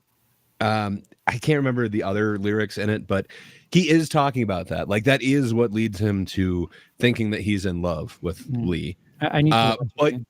in that exact moment, yes, it doesn't break into it, but I mean, there were kind of heightened moments. Like he didn't suddenly break into delusion when he's like, you know, attacking those guys on the subway or defending himself against those guys on the subway, depending Yeah, on but how you that's want to look part at one. that scene. That's You're part right. one. You're right. But it doesn't show like just because there's an intense emotion, he's all of a sudden doing it. It kind of seems more like when he's like sitting there daydreaming is when all of a sudden his delusions start happening. Yeah, I need to So watch I it don't know again, that he's supposed to in that scene, but there is a song associated with that very short after. Okay. Yeah, I'm not. I just remember being like thrown off by it, but I don't know if we had talked about it prior to today, and I just wanted to make sure that I No, got it out because it's an awkward scene, man. okay. It's quick and you know, it's not so hot or romantic or Listen, it's whatever you long want to to call me. it. Fair Yeah, I enough. appreciated that scene had no music in it, to be honest with you. Yeah. Yeah. Let Okay. let the scene breathe for a little bit. That's what I meant. Like it's stuff like that. Like get to a moment like that, and it's like okay, good. I'm in that moment. And then there's other moments where you get into those things, and then that's when the songs come in, and my brain shuts off, and I don't care anymore. Well, all right. So, yeah, I'm saying from a technical perspective, if you're going to have Sure. musicals and them be associated with feeling, Sure. here's this, then you this guy gotta- losing his virginity, and there's nothing to it, which is kind of disjointed from what you're trying to tell us. I understand. Kind of. I don't like musicals myself, so You just have to zoom out a little bit before that, though, is where the first song was, because right before that, they had just done the song "If It Were Only Us Two." Open up the tunnel. Here comes the train. Hey, And then he gets thrown into It's over. solitary because And they they're had that dance number at the, in the prison yard or whatever. So I hear what you're saying, but it's like you just got off that musical number, so now you're going to have this scene, and then that's going to lead to the next musical number, which references that scene. I mean, she could have sang "Hold Me Closer, Tiny Dancer." True. while looking down. She's a man eater. So yeah, the Penguin. Fire's house. Penguin. Yeah, the penguin. Sorry. He pays for his. That they've established. In a couple Yeah. of, couple Hey, it's episodes. worth an alibi. Yes, it is. Oh yeah. But now all that's blown. So he's got his version of Sofia Coppola coming after him. The Sophia Falcone character. I like I- it. I'm- yeah, I'm the digging mother her. character. I'm But I digging really dig this. Like it does have parallels to Joker in that like it is kind of a character study and it is somebody becoming the thing that we kind of know them as, not really being the thing. Like Penguin wasn't an underling before. I'm really digging this. This is a way of doing that same type of story, but involving the cape shit. And man, I'm digging it. It's gritty. It's a very different way of doing it, and it's going to fit in directly with what they're doing with the cape shit. Maybe not with At any what point in Gunn's time, doing, but Find a cigarette holder. Maybe. I think they're going to make a comeback. I'm just saying, smoking between the two shows. Loved Burgess Meredith's version of the Penguin, by the way. Hmm. My first experience with a penguin. Yes. Wow. It's one of my favorites, but I don't know, man. That Danny DeVito one, it's just hard to not think of that dude. It is true. I mean, I guess that would be the definitive film penguin. So far. Hmm. So far. I mean, I guess it's like closest to the comic, really. A disfigured, fat, little stubby guy with a bunch of fucked up umbrellas. It worked. Yeah. I mean, I don't think that they're going to be going with the gadget umbrellas because he hasn't met a guy yet who's going to make them for him. No, definitely not in this type of universe. No, I don't see that happening. Yeah.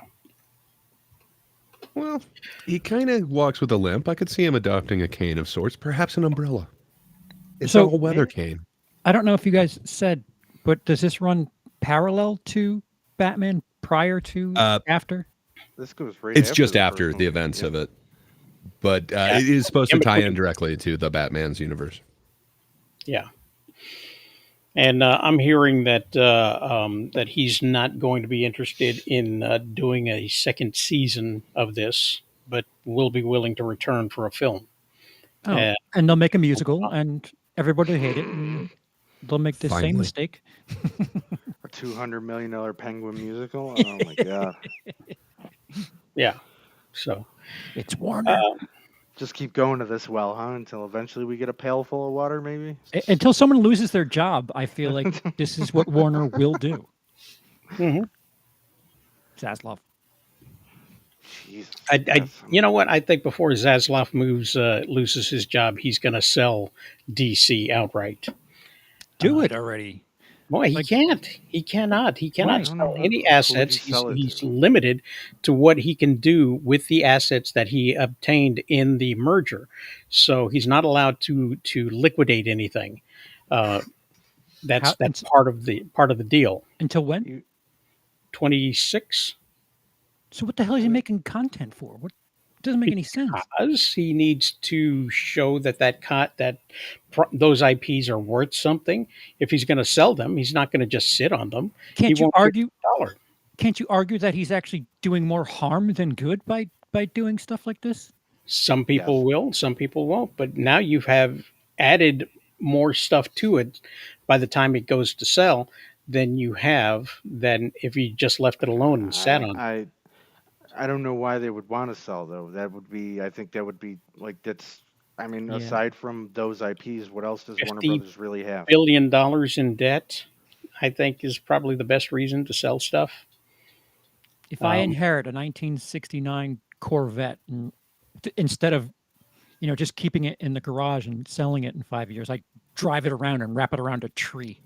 Um, it does something to the resale value, I would think. Just a little bit. well, Okay, but what if the tree was a musical? the Cape Crusader was going to be shelved for tax money, but instead of doing that, they shopped it around and not only sold the Cape Crusader, but also a season 2. So they made more money than they expected to make by just making the tax bracket on that. So, these IPs, whether they want to admit it or not, some of them are up for grabs. So there's deals to be made as long as it makes sense to them. And I don't know. when it comes to the Batgirl, nobody wanted to pay them what was going to mean that they showed some kind of profit. Everybody wanted to lowball them, and they wanted to buy it for they where they weren't going where they were just going to lose money, and they couldn't do that. They had to break even with the tax. the And The problem is if you're going to treat all of this like it's just numbers, in an industry where art is pretty prevalent in this, unless everyone that's in your little office is well aware of what it is you're trying to do and just be focused on numbers. When somebody starts being artsy, it's going to throw a huge monkey wrench into things, and you've got to be aware of the artistic aspect of things. And I don't think they're learning any of this. they, I think, with the Batman and the Penguin and the Joker, this is the last of the holdovers from the previous administration. Yes. These are the last deals that they're stuck to. Everything else has been shelved, refurbished, put through the ringer, released, and hidden away. And I guess that's what I mean by if Guns Universe, let's say it does well, I mean, you're going to sell off these properties now that you are making money off of them. no, Now that you're finally, no, that's what I mean. I mean, so I guess everything is just kind of like dependent on how this universe plays out Yeah. here. Wraps it around a tree. they may. I mean, that I could don't think possibly they're gonna happen. sell the TV shows, the TV channels either, though, because Zaslav came in with cable channels and took over TBS, TNT, and apparently, according to some rumors out there, has less than 10% equity in AEW now. So they're really, really investing in the television properties. Because when I think of money making, I automatically go to AEW. Yeah. Sound financial advice there. They're making money. Are they? They're happy with the deal. So Oh yeah, Well, yeah. sure. Okay. Yeah. Of course they are. Someone's losing, and They're just happy to be anywhere at this point. So yeah, AEW is going to be pretty much well partnered with. Do I have that?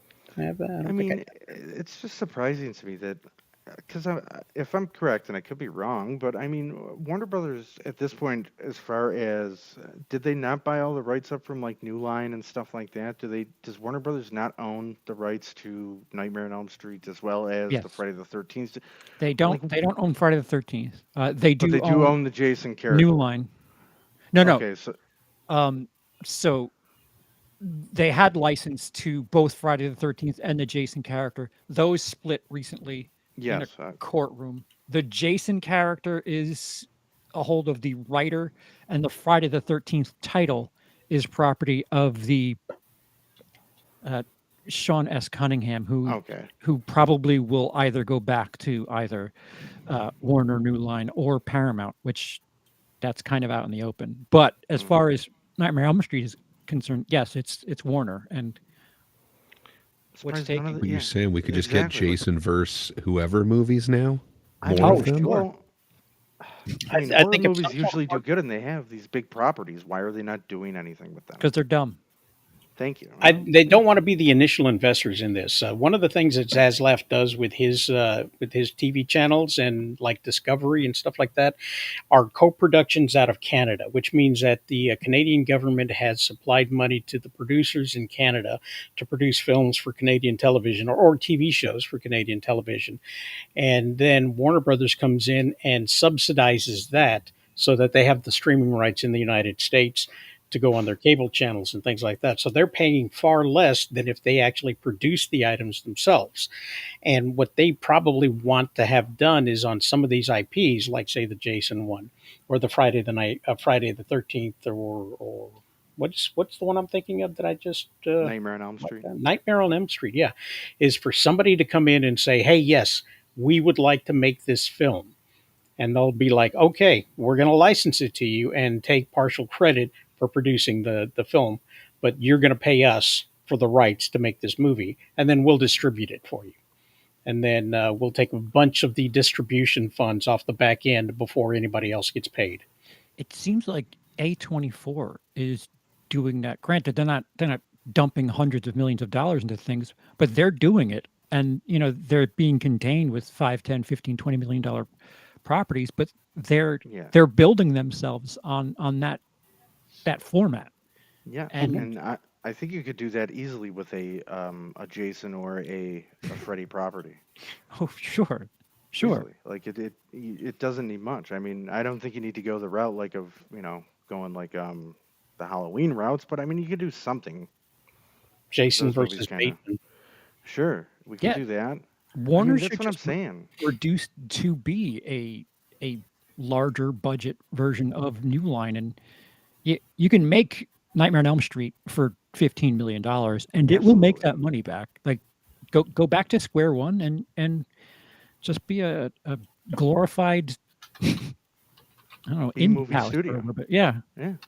I mean, I think that's what a lot of these studios need. There's no more like mid-budget studios left besides like an Right. A24 or a Neon that'll make these, like you said, 5, 10, 15, $20 million films. Mhm. Everything else is just has to be this overly ballooned $200 million, you know, project that is just, you know, you Yeah. employ everybody from China to do your visual effects, and then all this, you know what I mean? And then And- next thing you know, it's just you're not making the money back. Universal has their, you know, it's not exclusive, but they constantly go back to Jason Blum and Blumhouse, Mhm. and he makes dozens of movies for $1-2 million, and Yep.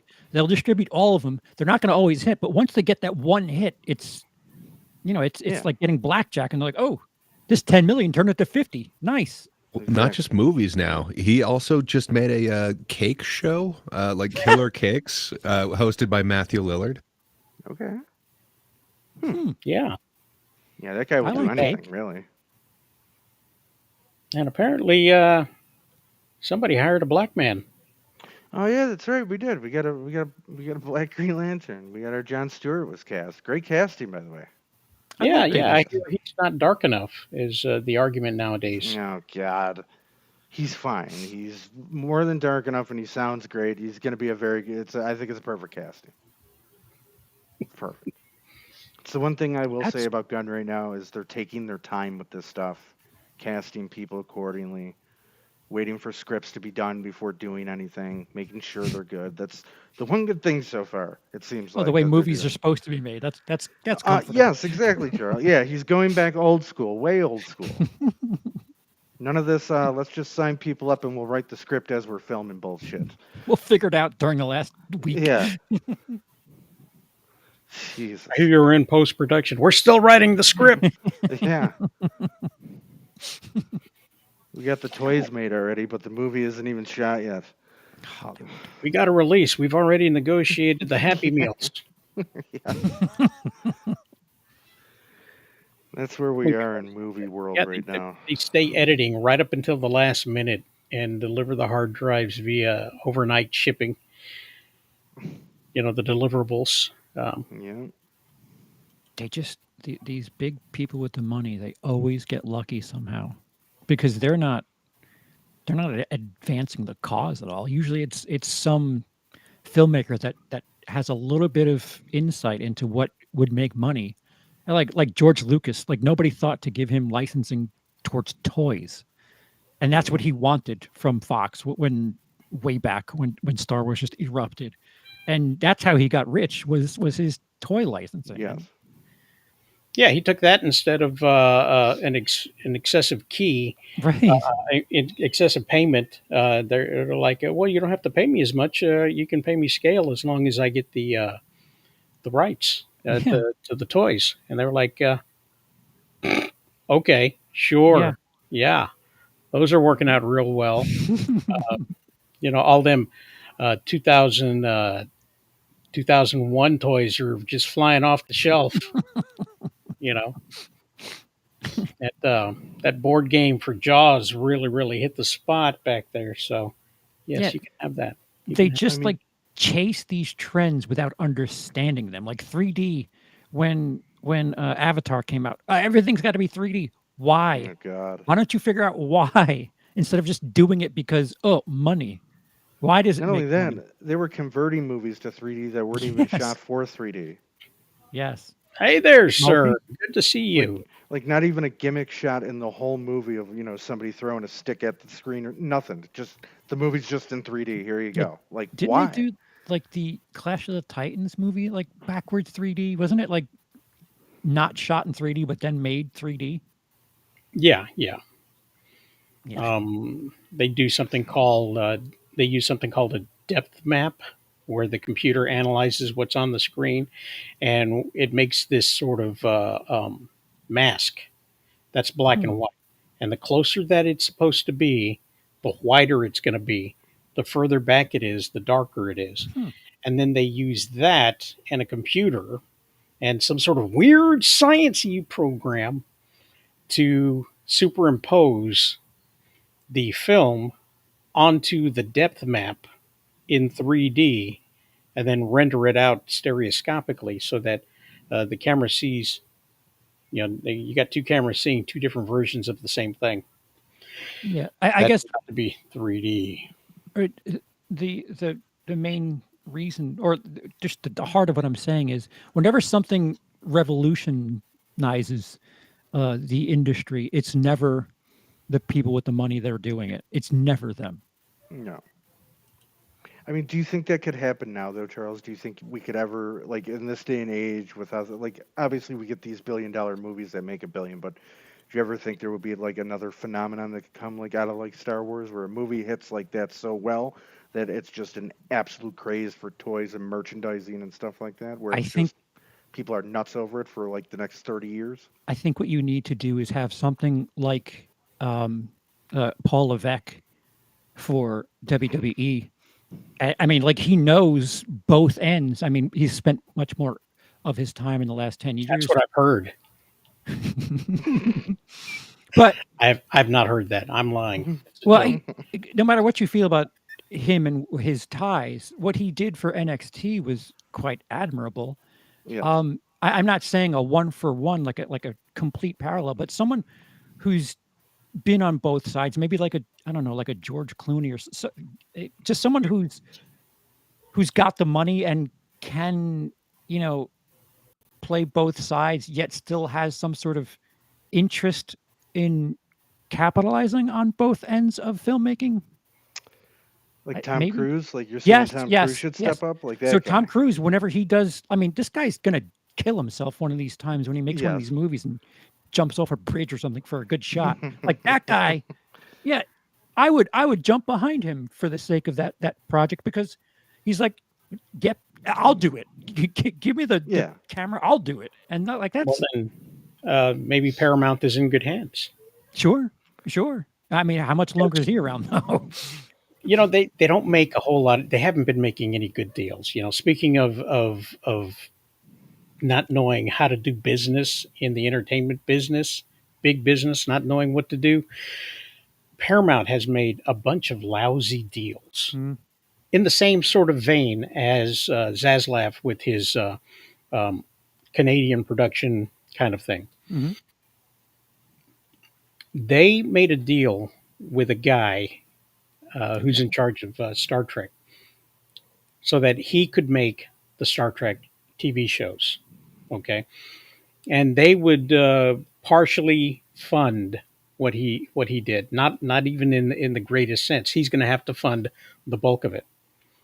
And if it gets they partially fund it if it gets picked up by somebody. So you had Discovery show up on Netflix at first, Star Trek Discovery. Mm. However, there's a clause that he had written in there that if it gets canceled, then Paramount has to pay excessive amounts of monies in order to put the show to bed. Hmm. So what wound up happening is that Netflix took it for a year and said, "Yeah, that's all we need. Thank you very much." And Paramount, instead of forking over all this money or defaulting against their deal, they had to put Discovery on Paramount Plus in order to save themselves a bunch of money in cancellation fees. Ugh. So they don't know how to make good deals, and they made a deal with Skydance, and Skydance said, "Hey, we'll buy this out. We'll buy this all out, and nobody will get as much money as they wanted, and we're the only ones who's going to be happy. And all of your management will wind up being fired as we replace it with our own management. And by the way this whole thing works out is that you're actually buying stake in us, and trade equity and this and that. Basically, we're the only ones who don't lose money." So they said, "Okay, but we want to be able to back out of the deal if somebody else gives us a better offer." And they said, "Great, you can do that, and then pay us $40 million if somebody decides to buy you out." So anybody who wanted to do better, give them a better deal, also had to fork up $40 million for Skydance to walk away. Nobody took it. The 40 days went by, and then they said, "Let's add another 15 days." So they did. They added another 15 days, and nope, nobody took it.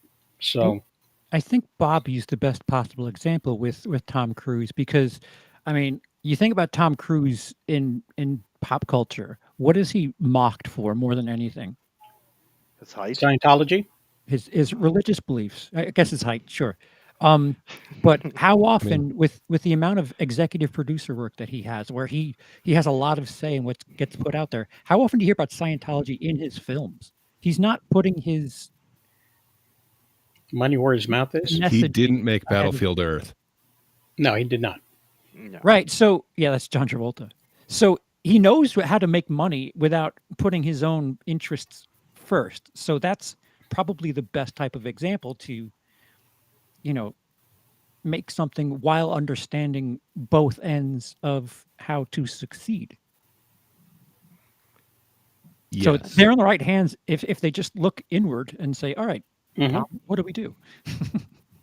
Well, I'm just going to shit on your point a little bit because that's why I'm here. But maybe he's not always the most objective because he did think that he could take up the mantle of Reacher, which is supposed to be this physically large, imposing figure, like a guy who gets shot in the bicep, or in the pectoral, and it's just so meaty and so bulging that it actually stops the bullet.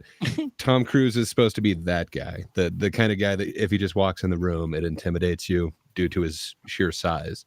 Now, Yeah, that's you have to that's know that he did learn from that. He only made the one movie, I believe, and then turned Two. around and produced. Two of them, yeah, he made two. Okay, 2 movies, but he did turn around and do the Reacher TV show. So he's an True. executive producer on that, and he did hire the right guy for the Yeah, role. True. So he True. learns I from just his mistakes. want to say sometimes he's not objective. He does need somebody like whispering in his ear, like, "Remember, Oh. you're not God."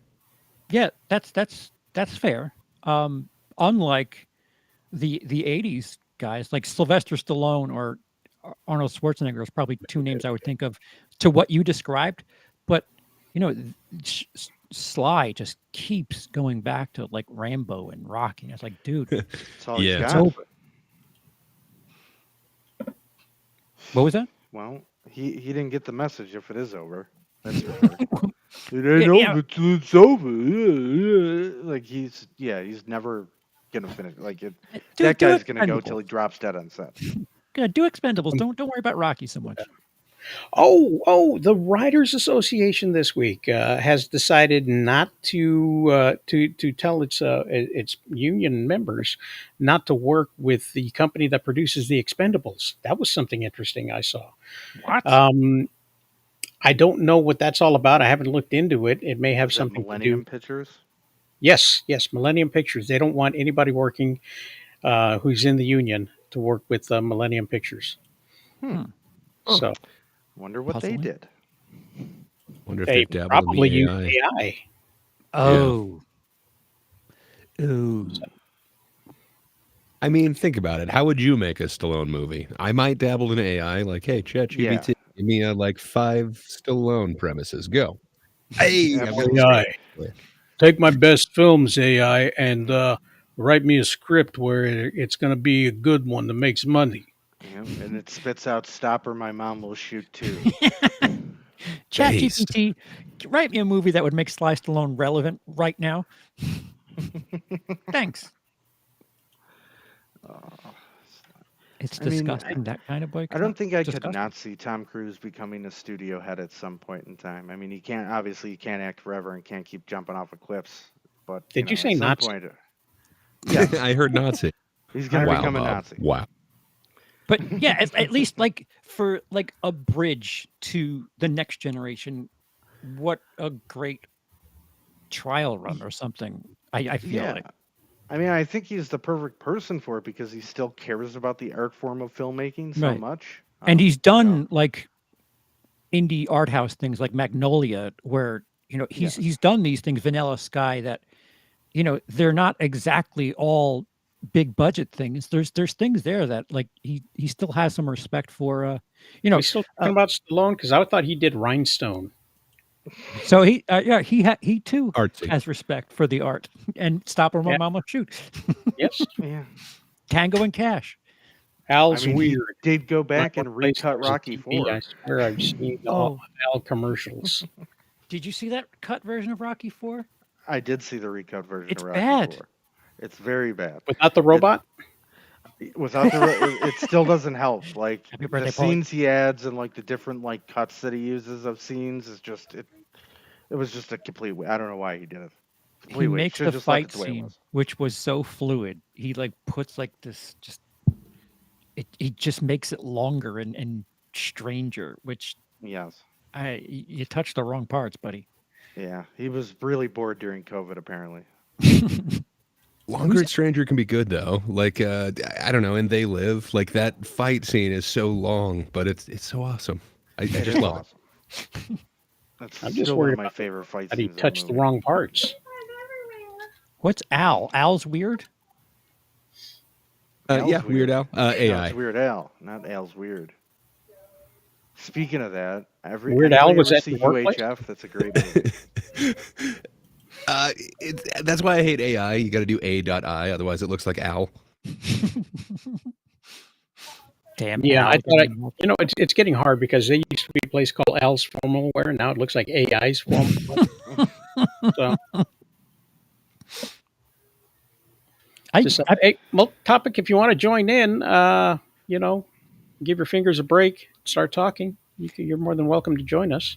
Rosales, you probably have the most experience with AI. Do you think there's been commercials that are comparable to Al? I've seen a lot of weird crap that I know is done by people in advertising. People. Of course.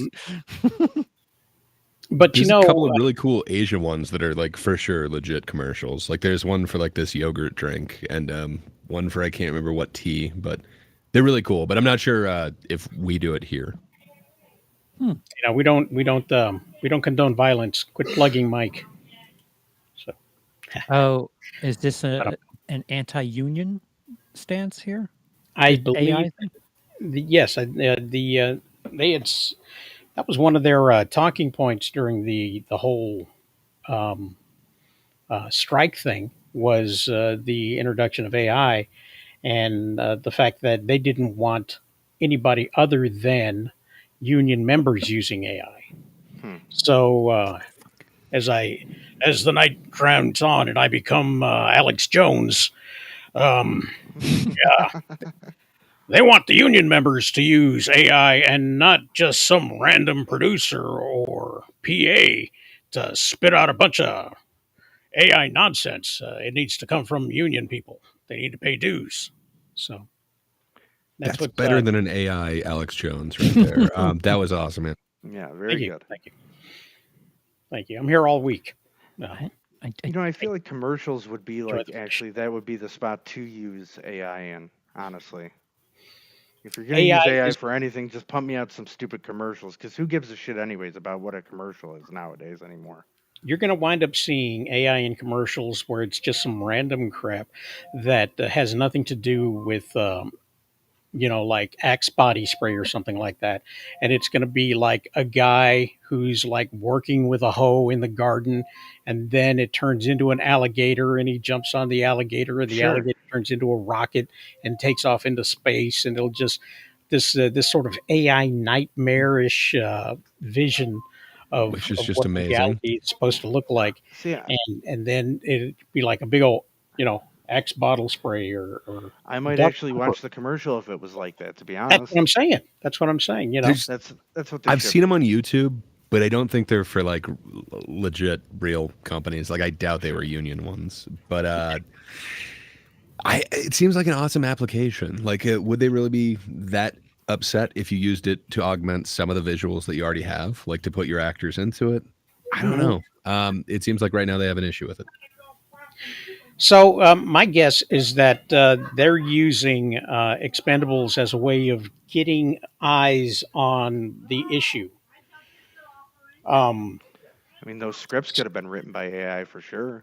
you know what? I don't think anything was. I think they were just using like Stallone and his Expendables as a way of drawing eyes on the thing because it was the production company that they're after. That's where their issues with is with the production company, not necessarily Stallone. I think he's just being dragged through the mud for it. Hey, multi-topic, welcome to the show. Thank you for the invite. I think AI is threatening and fascinating at the same time. I heard that now AI can duplicate voices of random people. Random people. That's worrying. Yeah, I've seen like a Armsmong Gold video where we got people suing some AI maker for like duplicating their voices. That's weird. Wait, I'm random. In a lot of ways. I'm bad at explaining, but basically AI is just taking over every single thing. I also heard that Spotify wants to replace some of the artists with their AI music. I think the entertainment industry really needs to get with everything else because they want everything. This is weird. Things can be made without the unions, unfortunately so. And if you watch any international film, you'll notice like they don't have score and Foley work the same way that American movies do, and that's because they don't have it like in industry the way American Hollywood does. So you don't see you won't see movies with scores and soundtracks and Foley work and FX, and it's because they don't have either the money for those things or the unions. And if you can watch some sort of French art house movie and have AI help with sound effects and music or whatever, it'll make the production seem much higher in quality, but it's also not explicitly leaning on AI. If you use these things as tools, they can help. Hear, hear. But greed wants more than just tools. Greed wants maximum profit. Yeah, as much as Hollywood would like you to think that they're the level-headed business people in America, they're just as greedy as the rest of them. Every industry is like that. That's why Spotify also wants to replace true artists with even the grass industry. Don't piss off big soil. Yeah, that AI grass, they've come a long way from AstroTurf, is what happened.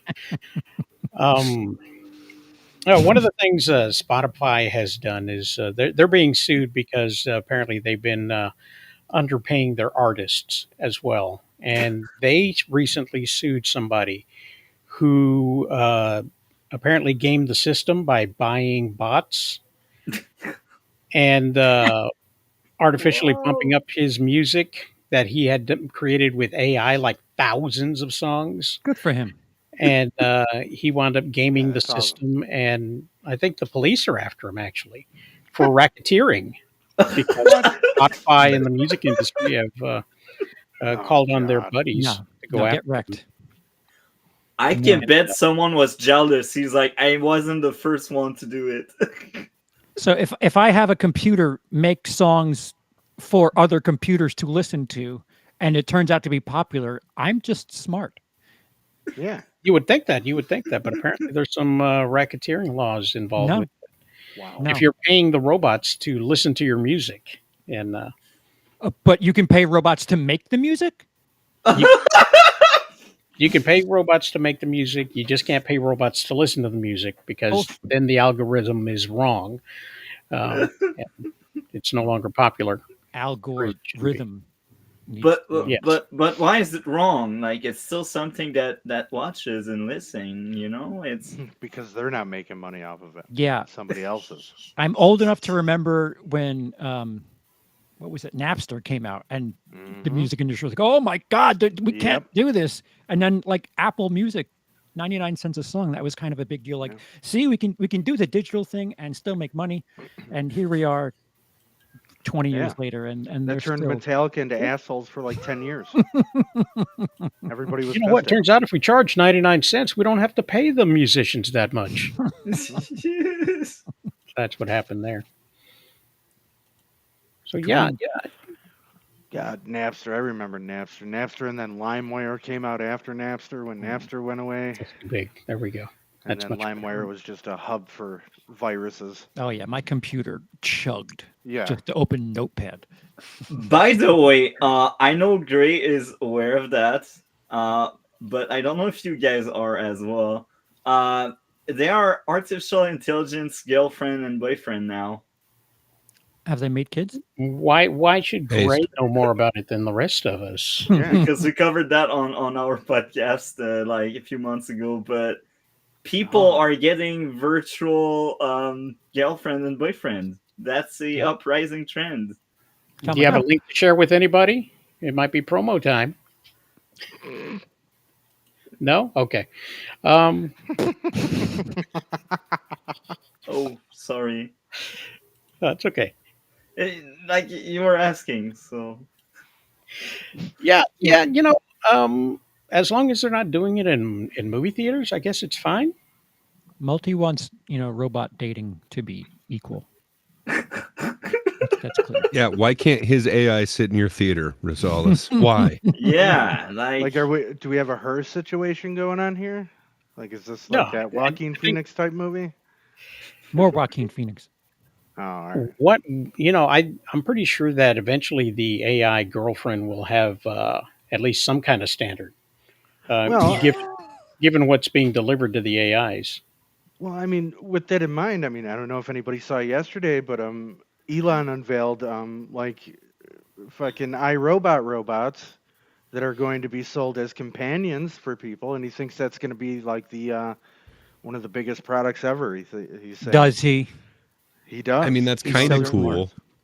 Does it have Yeah, like the he's- robot animal legs though? Because that's really cool. Well, I no, like how no, they can't be tipped over. They actually look The like backwards knee. the iRobot robots. It's kind of scary, honestly, like how they look because they Do they look have the- very. Do they have the 3 laws? I don't know what laws they have. He says they can do pretty much anything they'll be able to do anything you want them to. So do, that as sounds far like as, there's no laws if they can do anything. Yeah. Yes, they'll They pick up can your end groceries, they'll people watch your lives. kids, they'll walk your dog, they'll make you drinks for a party, they'll do everything and anything. He said it's like having your own personal C-3PO. Will they lean on Guido if Guido owes you money? They might. Are they protocol droids? I don't know if they're going to be programmed like that. Do they speak he Huttese? did. Well, they're gonna speak Bocce. I know that. That's at least the one thing they will do. Will they get the same rights as human? Probably not. No, Don't but be like ridiculous. he unveiled this along with his AI vehicle, like AI bus that he's rolling out as well, like AI taxis. It's pretty wild, to be honest. This It's guy's about doing all time you sorts of. covered the Vic. Big. I mean, you might be able to make your little robot companion do that. He says they'll do anything, so I don't want an AI robot that can do anything. I want it to be limited in what it can do. Hmm. Same. I want there to be constraints on that. Yeah. Will it be advantageous to make white robots? Because if you make a black robot, will it be pulled over by the police excessively? well, if you look might at the get shot. design of them, they're both black and white, so they got the best of both worlds. The best, perhaps the worst Yes. of both worlds.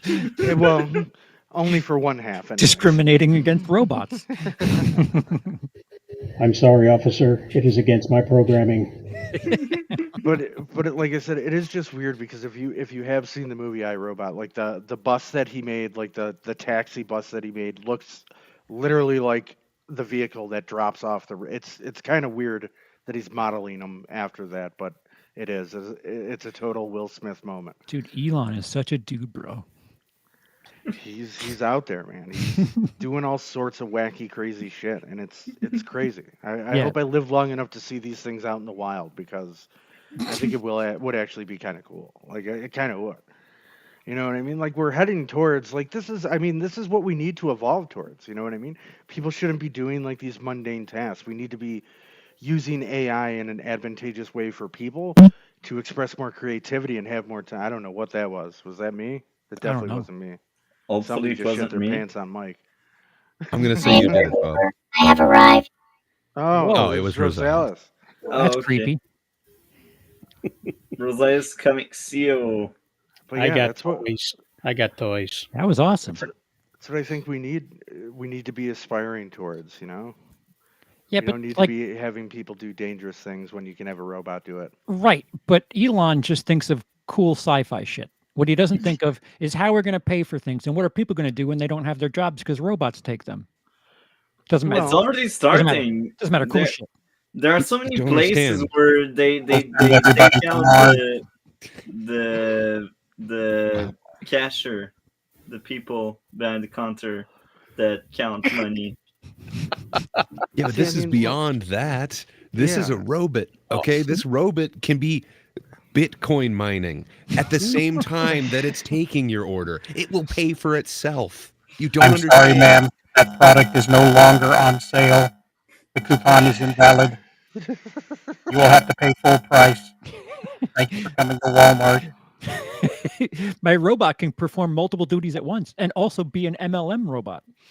I mean, I don't know if you limit it to stuff like that. I mean, this is I think stuff like this gives you a chance for like the human race in itself to evolve in a way where we haven't done. Like, okay, like could it potentially be something that's used to take jobs away from people? Yes, but if that in some way garners a universal income for everybody, Do you really where believe everybody gets that to make a shit will profit off happen? of that, off of robot labor, Bob, I think like I also agree with you that it's awesome. But what we've been talking about pretty well throughout this episode is greed is present everywhere. sure. And if there's some sort of bottom line advantage, they're going to Well, take yeah, it. somebody's going to take advantage of it. Right. Absolutely. There's always going to be that. I mean, but And- again, that's what I mean. gonna be me. This is stuff like this is where people need to evolve, and you need to realize that you can aspire to greater things when you can eliminate people's need for greed at the same time. It's not something that's going to work overnight. This No. is something that any sort of evolution takes a while. But I Mhm. think Let me- this let me is tell you at something least about a the step in human the race. right direction towards tell you that. something about Like the if human it's race. applied ethically and sort of logically. It's not one we're going to win. Yeah. Why? We And will not win the human race. Not as long as we continue to figure out ways to replace our functionability as a species. we will you be know, obsolete. We're already yeah, are. Yeah. We already are. We already are. Well, I mean, I guess it depends on the functionality you're talking about replacing. Yeah, come You on. know. Do you think the robots can write the prompts? Come on. They write a lot of mine. And what's crazy is people believe in universal income. I don't think as a race we will ever get to that point because greed. Probably not. No. Like It's a terrible idea. it's a socialist wet No. dream that thing would happen, but I don't think it's possible because money exists because we are divided in classes. It's the sad truth. But- like we got the rich people and the other that work. There was humans before there was money, though. Yes. So it's something we created. Once Yeah. upon a time, there were no stickers on the top of ladders that told you not to stand there. And there were a lot less stupid people around. And Yeah, they that's eliminated true. themselves for the most part. That's how we dealt with it. Is, Thinning you of know, the herd. we can't, we don't have our own way. We don't have really predators except for ourselves. And a lot of times we would eliminate ourselves by doing stupid crap, strapping rockets to cars, balancing on chairs, on sticks, on the side of buildings. Great Going television. over Niagara Falls in a barrel. Yes, yes, yes. Natural just, selection, guys. It's fine. it's and now you can't do that no more. They tell you stop it. There's no climbing. Haven't you seen the sign? There's no climbing. There's no walking. There's no That's this. the problem. And stupid people- Remove the sign. Let people be crazy. Have you not seen Idiocracy? This is what we're living Not in seen- right now. Oh, we are Idiocracy. living it right now. You're right. It's now. Well, that's more of a documentary than a movie now. Oh, yeah. anyways. We're Yes, it moving is. faster than that movie, which is Yeah, incredible. way faster. Mhm. And Crocs became popular. They did. It's Mhm. insane. You're right. That movie made Crocs. They were Crocs. Like out of the Yes. toilet? Yes, and right now you're looking at AI, and people are going to AI for answers now in the same way that the machines in Idiocracy were spitting out answers for all the other people. You don't need to know how to write vote President Camacho. What the hell does that mean? What country are you in? Come on. It's That's what Terry you said Crews last from time, Idiocracy. dipshit. Oh, that's right. Yeah, South Idiocracy. Carolina, what's up? President Camacho. Yeah, you're right. We're trying to, but he's a Republican, so a lot of people don't want Camacho. Ow, my balls.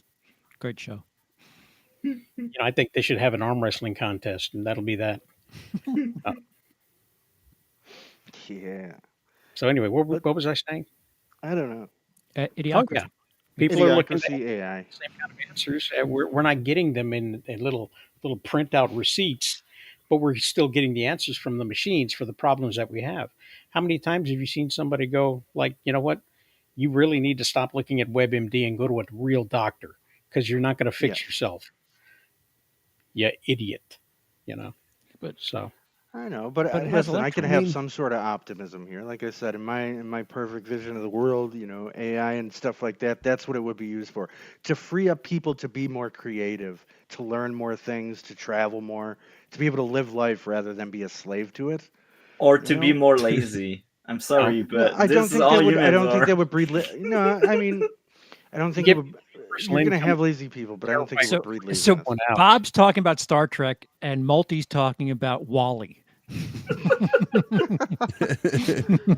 I guess if that's I guess that's a good all, the, all, analogy. the, all the big people in I don't know, chairs, recliners. Listen, I know whatever. it's a pipe dream that I'm talking about because it I'm- will never I'm with happen it. in my lifetime, anyways. If I you know ask it me won't where to happen in my sign, lifetime. I'm all about it. Sure, I Star think Trek most didn't have people would. universal income. I absolutely do. I think Everything most was people would, but free. evolution's a slow process and people are stupid. So, I think the rest of the world would try it before we do. well, yeah, because then how could we go around touting that we're the best if everybody's on an equal playing field? If you walked into my youngest son's room right now, you would hear "It's raining tacos." Okay, that's the future right now. It's raining tacos? What's Yeah. that? Ever heard that song? I know skibbity toilet movies are the way of the future. I know. Yes. Meep, Michael meep. Mann's Skibbity Toilet. That's I coming know. soon to a theater near We us. are doomed as It is the as future. a species and as societies, but Yes. And that is old school idiot studio thinking, oh, this thing's at the top of what pop culture is talking about right now. Let's make a movie based on it. And that's the past, Daddy-O. I They're heard it's watching gonna be the 60 next second things. Battleship. No guy But lost you a know lot what, of money Charles? investing into an influencer, thinking that she was the next big thing, and that her influence would be able to turn around and fill seats in movie theaters. Didn't work. Who is the name? I didn't hear the. No, I didn't say a name. I said I Oh. know a guy. I know a guy. Well, right. Like Haktua, I think it's minute 14 for Haktua, which, good for her, capitalize on every second of that 15 minutes, but it's just unnatural. That it doesn't work with the traditional ways of No, it does, but media. that's the way things are Yeah, it going. worked though for the now. Look, Kardashians. yeah, I mean, you look at like anybody now, realistically, anybody, any old asshole with a phone or who gets in front of a camera has the potential to become quote unquote famous, a celebrity, a star, whether it be for 15 minutes or it be for the rest of their life. Mm-hmm. You know, you look at Doesn't work what for me. magazine just came out. I don't know if it like Hollywood, some bullshit Hollywood thing magazine that just said the new A-listers, and it had a whole bunch of people on there that are influencers, YouTubers, TikTokers. I've never heard of fucking any one of them, and this is what Hollywood is turning into now. Anybody can become a man. star. There's the way of the movie star. I think is like that we used to know it is gone. You know what I mean? Where it used to be a very exclusive club of people. You know what I mean? You went out to Hollywood, your chances of making it were never to none. You know, and it took like the stars aligning for somebody to break out. Now It was it could Linda be anybody Weinstein. at any time from for any reason. Yeah, and it's a weird time now, and everything's changing. The way people watch movies, people's attention spans are so short now that it's ridiculous because everybody watches everything in a 30-second TikTok clip. Nobody watches shows anymore. Everybody just watches the 30-second tidbit on TikTok and asks for the next part of it China instead Wall. of just watching the show on TV that they could easily watch. It's so weird. Don't they now. put movies on TikTok now, though? I mean, They do. They chunks do the of same thing. Yeah, they 30 put a seconds chunk at a in. time. Yep. China I Wall. mean, I've experienced my two of my nieces have told me that that's how they've watched some things or that's how they've seen certain movies, and it's like, yeah, how could? And I can't It's understand that. vertically on the phone. Exactly. Yeah. They made You the know, and phone I think it's like bad this. enough for it's So bad enough watching it like that. we had a widescreen and people are holding it like this. What is that? You're doing it wrong, stupid. That's what I Yeah. mean. Everything has changed so much that Once I you Making don't. squares. Clip, they're going to wonder where the voice is coming from because Bob won't be in this clip on the Oh, TikTok. See there? Look at that. After Just Dark my will be in audio there. voice. Gray will be there. I'll be there. Multi-topic Yeah, will be there. but Sipo will be there. I'm not Bob, included. you're out. Wait, what? Where I'm will just a I be? voice. See, look, it's the the layout, the vertical layout, whatever it's called, Yeah. portrait. He's cutting me out of the shorts. Yes, that's what she said. Um, so back in the day, there were these 30-second commercials that Hallmark would put out when they still sold cards and not made romance movies.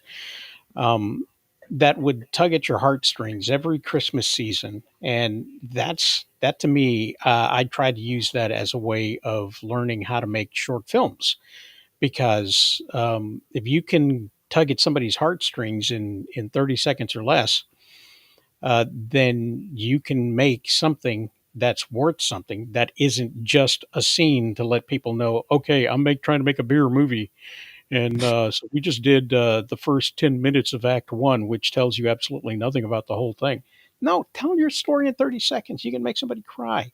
Look It at the can be first 30 done. minutes. Do you remember that weird isn't it like Folgers commercial where it was like the weird brother sister No. dynamic Yes. where like the one comes home for Christmas? I'm just saying, in 30 seconds you can make people experience a ton of emotions. Yes, Porn you has can. replicated that absolutely. movement. The opening of Up, 3 minutes, tells the story of the old man and his wife and the house and their vision to go on a vacation somewhere, and the fact that they never got around to it. Shoot, it happened It happened faster than the way I explained it, Using only images. Mhm. using only images. Visual And that is storytelling. just masterful storytelling. And if you can harness that and the portrait layout, I think you might be able to swing these TikTokers into watching something a little bit longer. No, they've Who got knows? brain cancer. All of Yeah. them. You know, I don't think it's long before we actually get like our actual first in cinema vertical movie where it's like the screen actually gets cut down to like what a phone size would be and a movie No. is shot that way. It's coming. It We don't is deserve it. because I think like you know, obviously I don't think movie theaters are going to survive for much longer because you can't. The overhead is just too stupid and the price markups on everything is so dumb. People don't want to pay that when you can wait 2 weeks and just get the movie again in your living room for the same price. For the price of one ticket, you could get the movie in your living room. You know, and that obviously that model's not good for movie theaters in the long run. No, So COVID just exposed a really, yes, really big and hole. and what you're going to end up with, I think, is Well, where would you where, get your you know, popcorn buckets though? They're you'll still trying. be able to buy Keep them. You'll still be able to buy them. They'll still sell though. You'll be able to just buy them online now because who cares? Wish.com. Exactly. Mhm. But it's you know I don't know if movie theaters are going to go the way of like where it's like they're only Disney owned and they only show these event films like a Marvel film or something of that nature, or they just go away altogether. But with the way people are now, it's just it doesn't look good.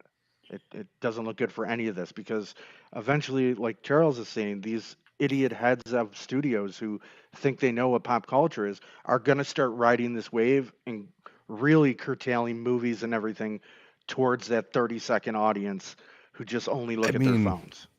to bring it full circle, is the wave still there? Like we just had one that had a shoehorn superhero element, and it's supposedly like the biggest flop ever. So I don't know, man. They can Yeah, try and ride it's that wave, but I think they're behind it. you're probably right. I guess yeah. I guess Joker shows it. Yeah, it's just a weird time. I think in this to be alive and to be How much interested AI in was movies in and stuff. Joker too? I don't know. Probably none. I'm I not would aware hope. of any, but I know there's a bunch of CG to make it look less modern, like take out Sure. satellite dishes and stuff. I would If hope something like that's not like AI upscaled or downscaled or whatever they're doing to that. if done right, you won't notice it. You notice AI when it's done wrong, I think. Because I think it's at that point now. AI has just advanced so much. Yeah, you won't notice if that was good AI. I mean, I haven't seen any yet to where I'm like, oh my god, that is really fooling me. You know, I've heard some voices that are close, but I could still tell. But I don't know. I don't know if it's. I don't know. Have any of you guys seen anything that was like just super convincing to you?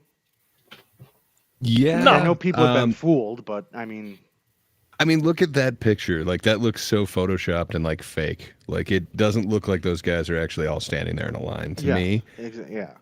And I don't believe that's AI. I could be wrong, but so I don't know. Like I feel like it's on par with that. And this is just the start of it, but man, I've seen multiple renders, and when you use it in conjunction with reality, When it I ends was up a looking kid, you pretty. knew nobody stood together in a poster, and we were happy. I'm just saying that doesn't look so real to me. It looks like they've touched it up, but I couldn't tell you if that's AI. It looks very real with the faces. AI hasn't mastered that. I don't see multiple fingers, so But part of the I think problem it's is real. the entertainment industry has made a living off of cheating it, making it seem like something that you believe. And now that there's computers that can do it, it's like, all right, well, evolve because you can cheat it without humans. Well, this is not about AI at all. It's Oh. about them not paying them anything. Oh, I that's think why I they don't wanna totally work. See, that's why they don't wanna misled work. everybody. I I- apologize. I just assumed it would be AI. I left for a You second. can I have realized. legal slaves. That's amazing, right? Nice. Yeah, they I mean, it paves the way for AI. failure to pay writers initial compensation and residuals, as well as Yeah. failure to pay writers within the timeline established by the NBA. As a You result, see- the guide has determined that Millennium is not financially responsible and requires the posting of an adequate bond before it can become a signatory. And Millennium has to date refused to do so. So they said, "I'm not gonna." Yeah, So this would get wrecked. yeah, Yeah, that's more of a to me that's more of a logical reason not to work with a company because you're not getting paid over like, hey, they Did- used AI to put Sylvester Stallone's crooked mouth straight or some bullshit, you know? I Yeah, like need to that's a very logical reason to not want to work with a company. They're just not paying anybody. Yeah, I don't want to work with them. Don't work with them. Yeah. Okay. So, Shame on yeah. them though. Like, I don't know why you wouldn't pay people. Well, about this whole AI thing in the corner. Never mind. Oh, Barbie. it's raining Barbies. Based. B for base. I think that You know- DVD is Knuff. Now, now, what happens, Charles, if like a movie like the Skibbity Toilet here? What if that does catch on to something like a TikTok trend where you have, a bunch of assholes showing up to the theater in suits or something like that, and this movie Assholes for does make Skibbity $1 billion? Toilet? Yes, We're a in bunch trouble. of assholes for Skibbity. We're in trouble. You know what I mean? I Like, think you get a sequel.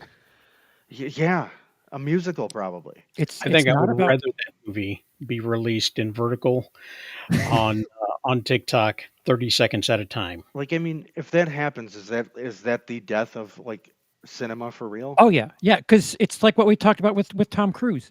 It's not about having an art form or entertainment. It's about what makes money. Okay, these people want to see this, so we'll just give them that and say thank you when the money comes in. It doesn't matter about, hey, what is a great movie that'll draw an audience? It's just, never mind the great movie part. What will draw an audience? Like the key factor is being wiped out, and they'll deserve it when it comes. Yeah. Bastards. Well, I TV didn't wipe out movie theaters, and COVID the did. movie theaters did not wipe out Broadway. Mhm. It did wipe out what is that? Vaudeville. It did wipe out vaudeville, Thank God. which became TV for the longest time. But- so Drive-ins became something that are less and less relevant. I think that's what movie theaters are going to be. I still think movies will be relevant. I don't think theaters will share the same relevance as what they did 20 years ago. Yeah. but I don't think it's going to be like Megalopolis and the Joker 2, quote unquote, cinema movies that are going to save cinema, because cinema is no longer the flavor of the day. I agree.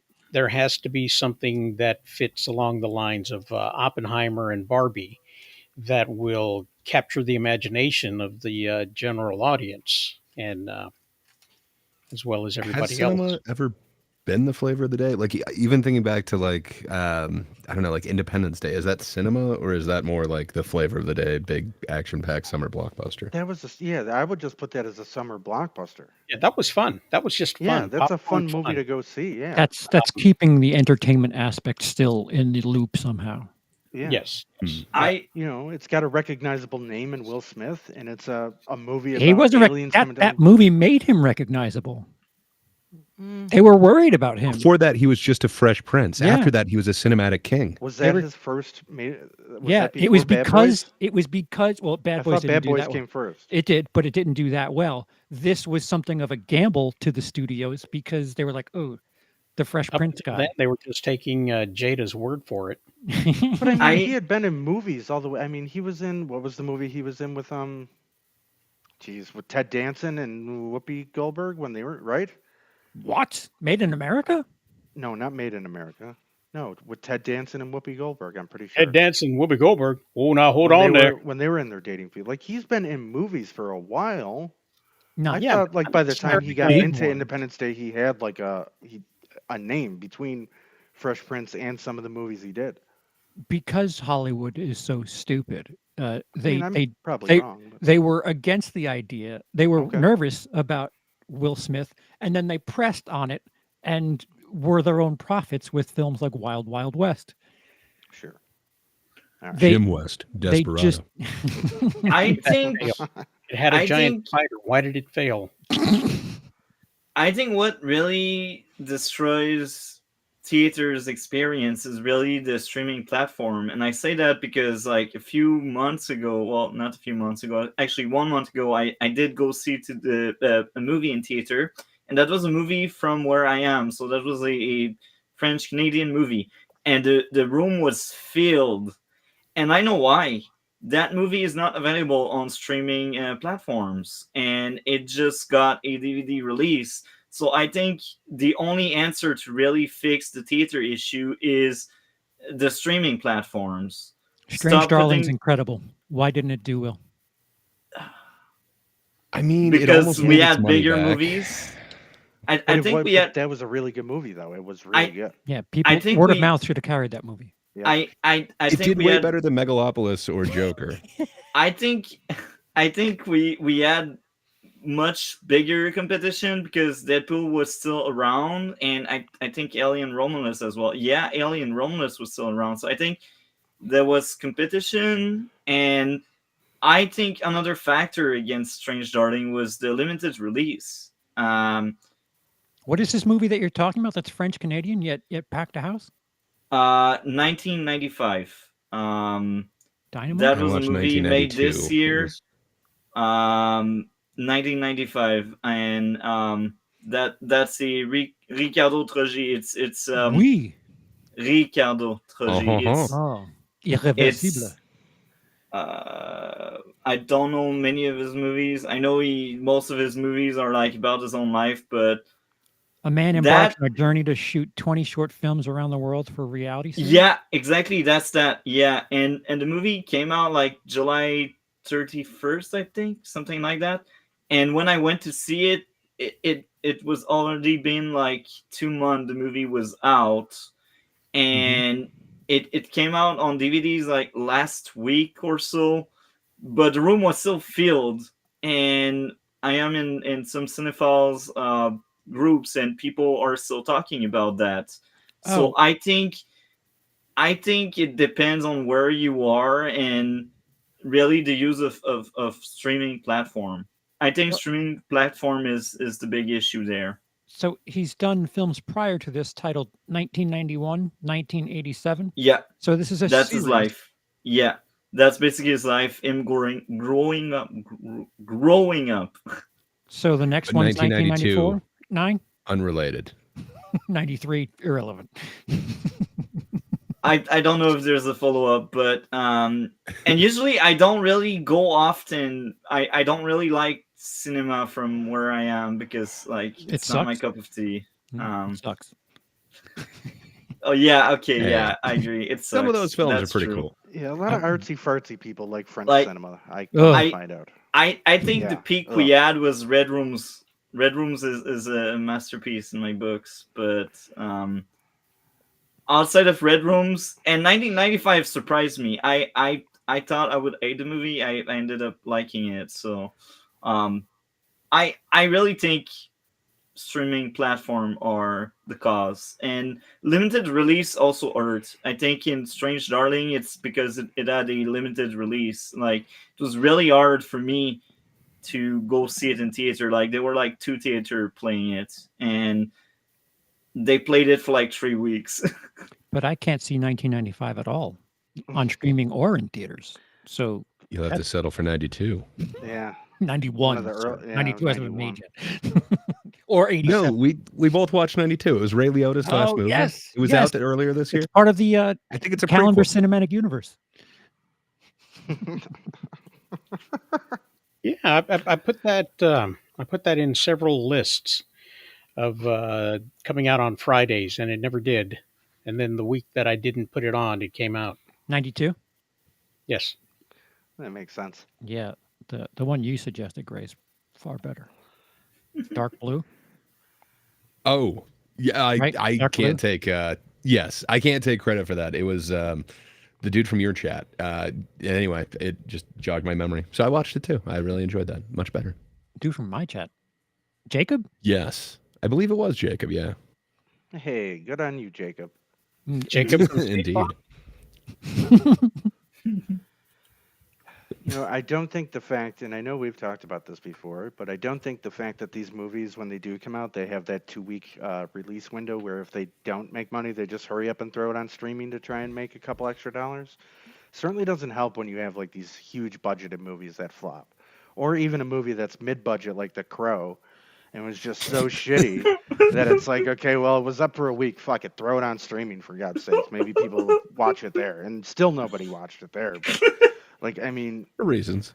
I don't think that helps movies either that they have with the streaming involved that they have that they're because like right now if you're on Apple you can pre-order Joker 2. You can already pre-order that, I'm pretty sure. For its Technology release on streaming.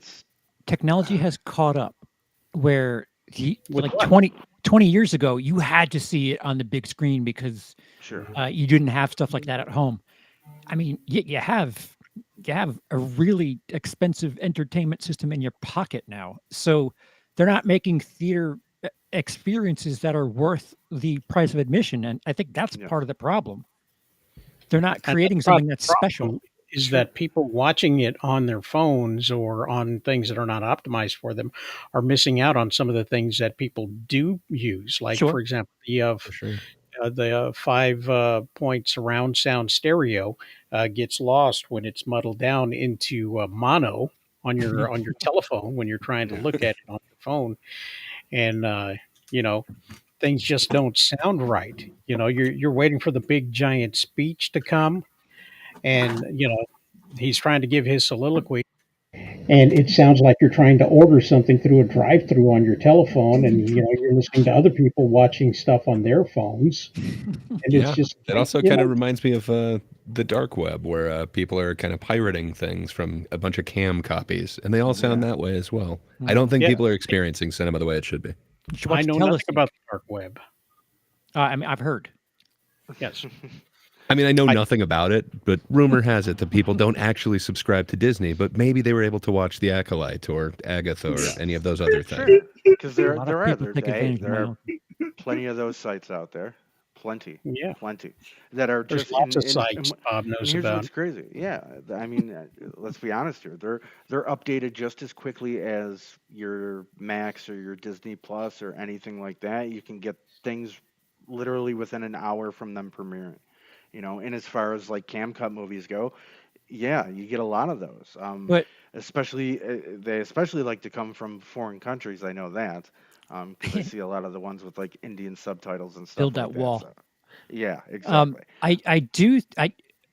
I don't think they're the problem that Hollywood is trying to get us to think that they are, because films still do really well despite having dark web disadvantages. So it seems like sometimes films can succeed, but sometimes they don't. And I don't think it's I don't know.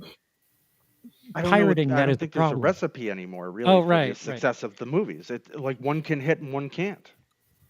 But yeah, I Yep. don't think pirating is killing by any means. Right.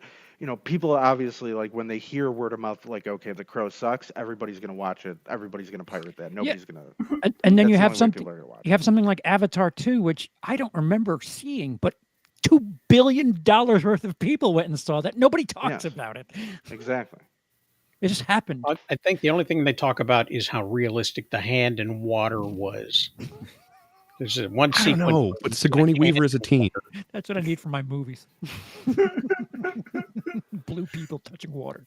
Yeah, it's everything. It is. Everything is just so weird now when it comes to all of this and how it's presented, how movies are even marketed. Because even a movie like Joker, like the marketing for it is. I've seen advertising for it, but at the same time, I wasn't like bombarded by advertising for it. And this is a movie I think you would, because it costs so much, you'd want to try and advertise that, get anybody and everybody you can to please give us $1 and come to this thing. But That's at the another same thing. They time, put stuff in the commercials that was not in the film, from what I hear. That's been a problem.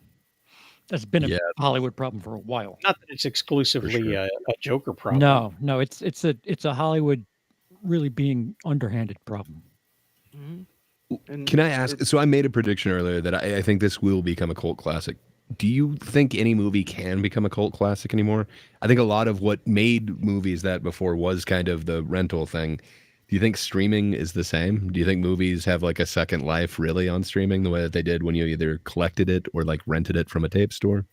It was different when it came out on tape. Those movies that did have a second life on tape, it was because they made a film that was incredibly rewatchable. Sure, they were low budget, but they had that factor that made it to where you could see it more than once. I don't think Avatar 2 has that. Not sure about the Joker because I haven't seen it. But I've seen it a like, couple times I now. don't think Not so. Avatar 2 though. that's the element that you just can't write AI for is the charismatic. Like people still go pack a house to watch The Room in theaters today.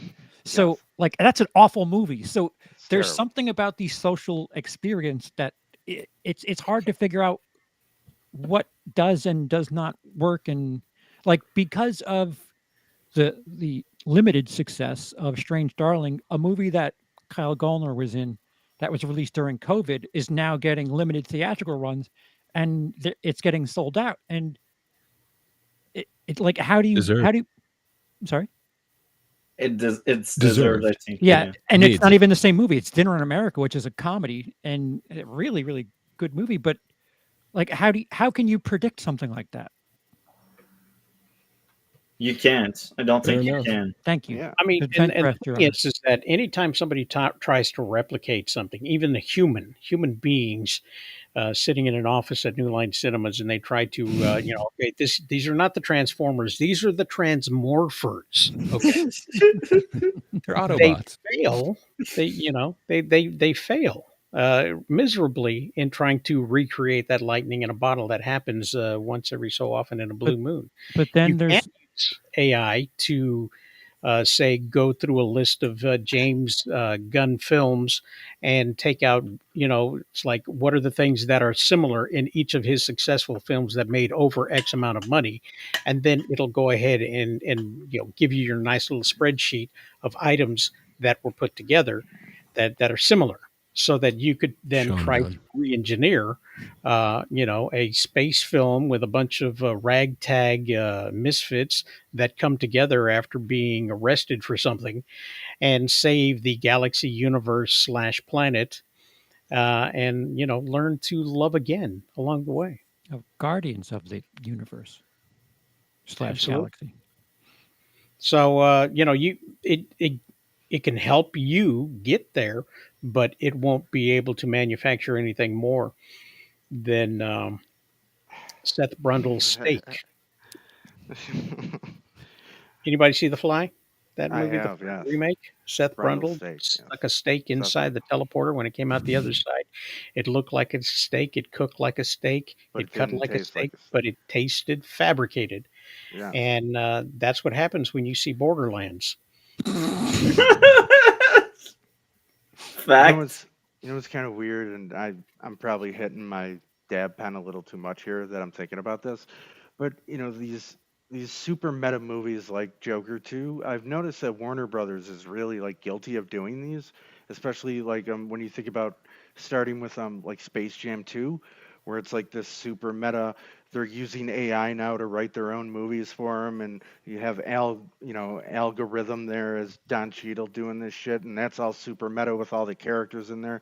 Then you move on to a movie like The Matrix 4 there, where again it's a whole like commentary on like we're gonna do this with or without you and make this movie, and it's a struggle to get the directors back and the people to write the movie again, and oh Well, my god. first of all, now I you can't get to believe they made the movie without the Wachowski brothers.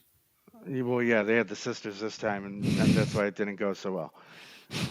And then now you get to Joker 2, and it's the same thing. Like I don't know why this pattern seems to happen with Warner Brothers, Well, where they like the to go like, filmmakers You're are- leaving super out meta. one before that. You forgot The Hangover 2 and then The Hangover 3. Todd Phillips has those kind of Warner been down Brothers this road movies? before, and he made a super meta comedy about it that some argue is not a comedy, but it would be The Hangover 3. That's all about his experience with not only the studio, but the whole sequel process and his experience with 2, which, was not successful.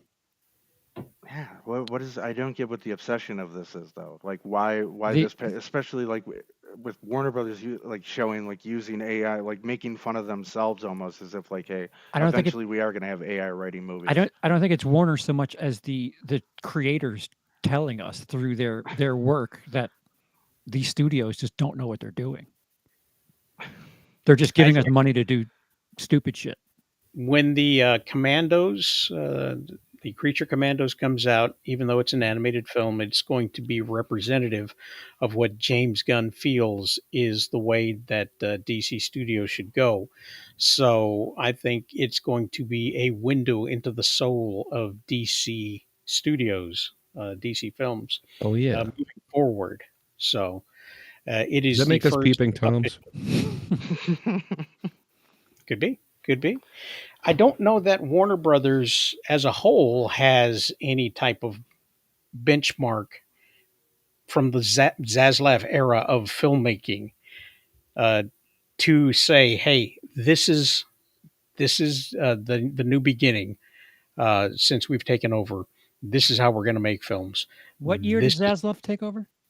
1943. Been a while. Been a while. Before or after the Dune remake? After Dune 2 was already in the works. Okay. Based. So, but yeah, they already had Danny Villanova or whatever. Denis Villeneuve. Gesundheit. Denis Dune 2, that was Villeneuve. the last movie. Oh. I Denis seen. Villeneuve. You ruined the name. Listen to the French version. Absolutely, I did. I chewed on it like it was spittle, and you know, Technically, Barbie's Warner. yes, yes. Barbie paid off some debt, which they were happy about. And I don't hear that they're making another Barbie movie, so that's a good sign. I don't know why they wouldn't though. If it's Don't such a give them success. idea, please. Just That's don't. free money. And it was a It- musical. It already was a musical. Yeah, Joker 2 was supposed to be free money, so I don't think it double was free dipping at money the for Barbie everybody pool. who got paid. Yeah. That's who it was free money for. I just think it wasn't meant to. Like you'd think like as a studio, there's certain things that you do to widen the audience. This was a different choice. I don't know. But see, like It's he artsy. had so much control, though, and the thing I fear is like, okay, so He if the did. studio had zero involvement and let him go with this and just say, okay, here you go, man. It now this really prevents them from allowing directors like him to have full control and full reign and not have test screenings and just let them put out whatever movie they do because it doesn't financially work for I them. think this year leads to a lot of that. You've got George Miller also like kind of crashing and Sure. burning with Furiosa. You've Also got like one. a few other ones that are like Eli Roth. Like granted he had a whole bunch of trouble with Borderlands where he even didn't come back for the reshoots and And it's they had to get Eli another Roth. Are you director, expecting but much from that?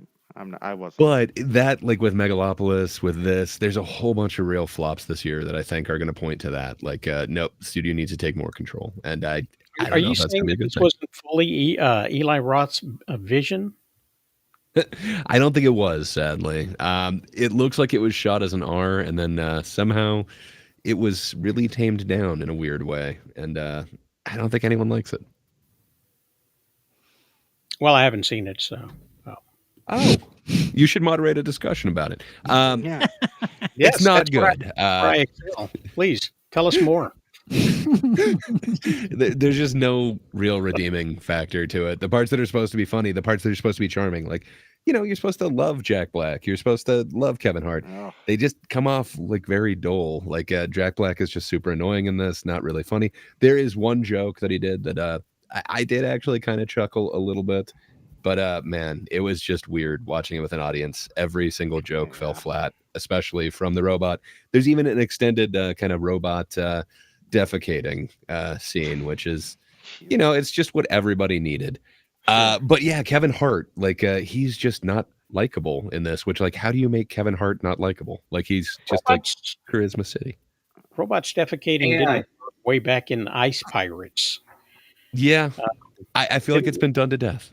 Didn't work then, didn't work now. So I'm sorry, you were saying but MTT? every action film or action scene in it, excuse me, looks like there's just parts cut out of it. Like there was supposed to be like reaction to a bunch of people getting shot, but instead it's just gone. It's just like, okay, they aimed this way and now we're cutting to the next scene. It's just interesting. It kind of sucks. It does look to me like it was supposed to be kind of a hard R and they just really cut it down. And then it sucks because there's some miscasting. Like, don't get me wrong, if Cate Blanchett ever like volunteered to be in anything I was making, like yes, she will be the star. But I don't know, the character is supposed to be like 20 something or something like that, and it just the ages of certain characters gets really funky. There's supposed to be this older doctor who's older than Cate Blanchett, but yeah, it just it is not the case. So it's just very confusing and it's a muddled movie, and there's just no part of it that's like fun or rewatchable. There is a female lead, I forget her name, the girl in it. She looks like she's having a good time, but she's like the only one. It just seems like nobody else wants to be there, including the audience in my The theater. one with the bunny ears? Yes, she looks like she's really enjoying it. I think her name's like Roseblatt or something like that. She seems like she really enjoyed that role, and Yeah. she does it The pretty good. character is Tiny Tina, I think. Yes. The explosives expert. Not that I've ever played the game. But I was I don't know. more She's kind of reacting- fun, but oh, sorry. was Go more- on, Multi. I was more reacting to what you were saying. You were asking something, and I said AI because I forgot that I felt like that was the perfect place to place it. But I don't think it will change if we release the rod cut, because I think a bad movie remains a bad movie. I mean, almost every single thing about that movie was kind of bad, I think. What if the Yeah. Eli Roth cut is more like the Green Inferno? It could be really funny then. Maybe he I like leaned it. hard into the comedy. I enjoy the Inferno. It's guilty pleasure. It's kind of hard to enjoy it, but I see what you're saying. You know, I got a feeling the a little scenes are too more shallow, fleshed but out. I You get to enjoyed go a the little bit. sci-fi aspects of it. But He had a lot of good yeah, it just doesn't feel like it has any redeeming or rewatchable value. Maybe somebody else had a different experience with it, but I don't know. Not fun. Well, hang on one second. We got to find out where Charles is going to be. Charles. It's kind of an exclusive party, actually. I am running late on something. Oh. I want to do my best Austin, so I decided to run late. There's something on my channel discussing stand-up comedy, which is a members-only thing. Oh, I got the. I got the. I guess that's why I didn't get the notification not too long invite. ago. Wait, weren't you gifted a membership? I think I was. So you yeah. should have. Well, I in that don't case, want to be that person, but I'm going to pull it up here, and we can watch you through there. sure. Circumvent the stream. system. To steal your content. We can real-time commentary. Go ahead, and I'll flag it. Yeah, let's see if the copyright system works. Well, let's close this whole thing out anyway. We've gone on for a little while. Deal. We've covered Oh. a lot of the topics, and I think we did pretty good for the first After Dark. Mm. I think we did Yeah, it nice. was I don't know nice. if he's It was doing fun. laundry, but you know, I thought I was you. I no, heard. no. Oh, I'm sorry, guys. I didn't think you'd hear my thing in the background. That's Sorry. okay. It's That's too late. okay. We'll let I you get will back mute in like 3 myself. seconds. So, Charles, tell everybody where to go to find you. Willis Greedia, WILISCREDIA. On the YouTubes. Are you on the Rumble as well? I am, but I don't think I'm very active with that account. So probably the same thing, but Yeah, go you know, become a time traveler and see what he used to do. So that'll be awesome. indeed. Review some movies that should be available on streaming or no longer available, depending on what it is. And Physical media, always the way to go. Physical media. Gray, where will you be? Yeah, well, I've been inspired, so I will actually be on my own channel in a little bit. Yeah, very shortly I will be releasing a Joker 2 Folie à Deux, analysis, if you will. I understand that I'm having a different experience with it than everybody else is, so I wanted to address some of the criticism and then kind of express my views on it in full. So please Will there enjoy be a that. But if you can't, spreadsheet? I don't think so. I might include a PowerPoint if I need to, but for right now, I'm thinking it's just going to be some visuals and a little bit of talky talk. But yeah, other than that, if you can't get enough of me, I hang out on these guys' channels. So go over there, ring their bells. I show up there every Ooh. once in a while. Please ring my bell. There Do you it. go. Multi-topic. Besides laundry, what have you got going on? Gaming streams on the weekends. So, like in the moment, I will be streaming some games, and outside of that, Tuesday, Red Blue podcast, and we got Dre, and sometimes when Charles wants, when he's available, he comes around. And next week is Captain Marvel and Endgame, the two movies we review. Outside of Ugh. that, not that much is happening. And yeah, thank you a lot for having me on here. No, thanks for showing up. We appreciate your input. And Bob, where will you be this Yeah. weekend? Are you going to give us some sports on Sunday? Yes, I'm gonna be with you Sunday, so I'll definitely be there for that. And then let's see what else am I doing. Oh, and then I'll be over on Austin's channel again next week. We'll be doing more of our political talk there. I'll be able to bust his balls about all the funny shit Kamala Harris has been doing this week. So. Or she had a been- teleprompter error, but that's okay. Oh, she had all sorts of fun stuff going. It's been a great week. It's been hysterical watching what's going on over there. You got Obama yelling at black people, at black guys because they're not wanting to vote for him. It's so funny to watch what's going on. It's going to be So it's- exciting to see. It's gonna be, yeah. And we're definitely we're doing a live stream on election night, so that'll be fun as well too. Oh, Yeah. I think in Texas, the 21st is the first day of voting for us. Other Yeah, states get may out there vary. and vote. Follow the Democratic Party, vote and vote often. Yeah, make sure you're registered and get out there and fucking vote, man. It's gonna be a good time. I can't wait. I can't wait for it to And, be over. This Sunday, we will have the Super Sunday wrap up. We'll go back over Voltron. We may talk a little bit about the Joker. I think we're going to cover this one more time. We're definitely going to cover Wrestle Dream when it comes Yeah. out. We may find out what's at theaters, Ooh. and we'll hold up a color card and find out what's the right way to go with this Green Lantern stuff. Yeah, We made the touch on shaders. Vox Machina. They are now 6 episodes in. They are deep in the bowels of hell looking for magical items. So we could be talking about that as well. So lots of stuff. Oh, yeah. We may look at the Krabby Patty one more time while we're at it. Whatnot. Yummy. You make me hungry now. I want to eat. These are the things we'll be talking about on Sunday. Show up if you can. If you can't, that's okay. But we're going to call it a night, folks, and move on to our own happy little streams.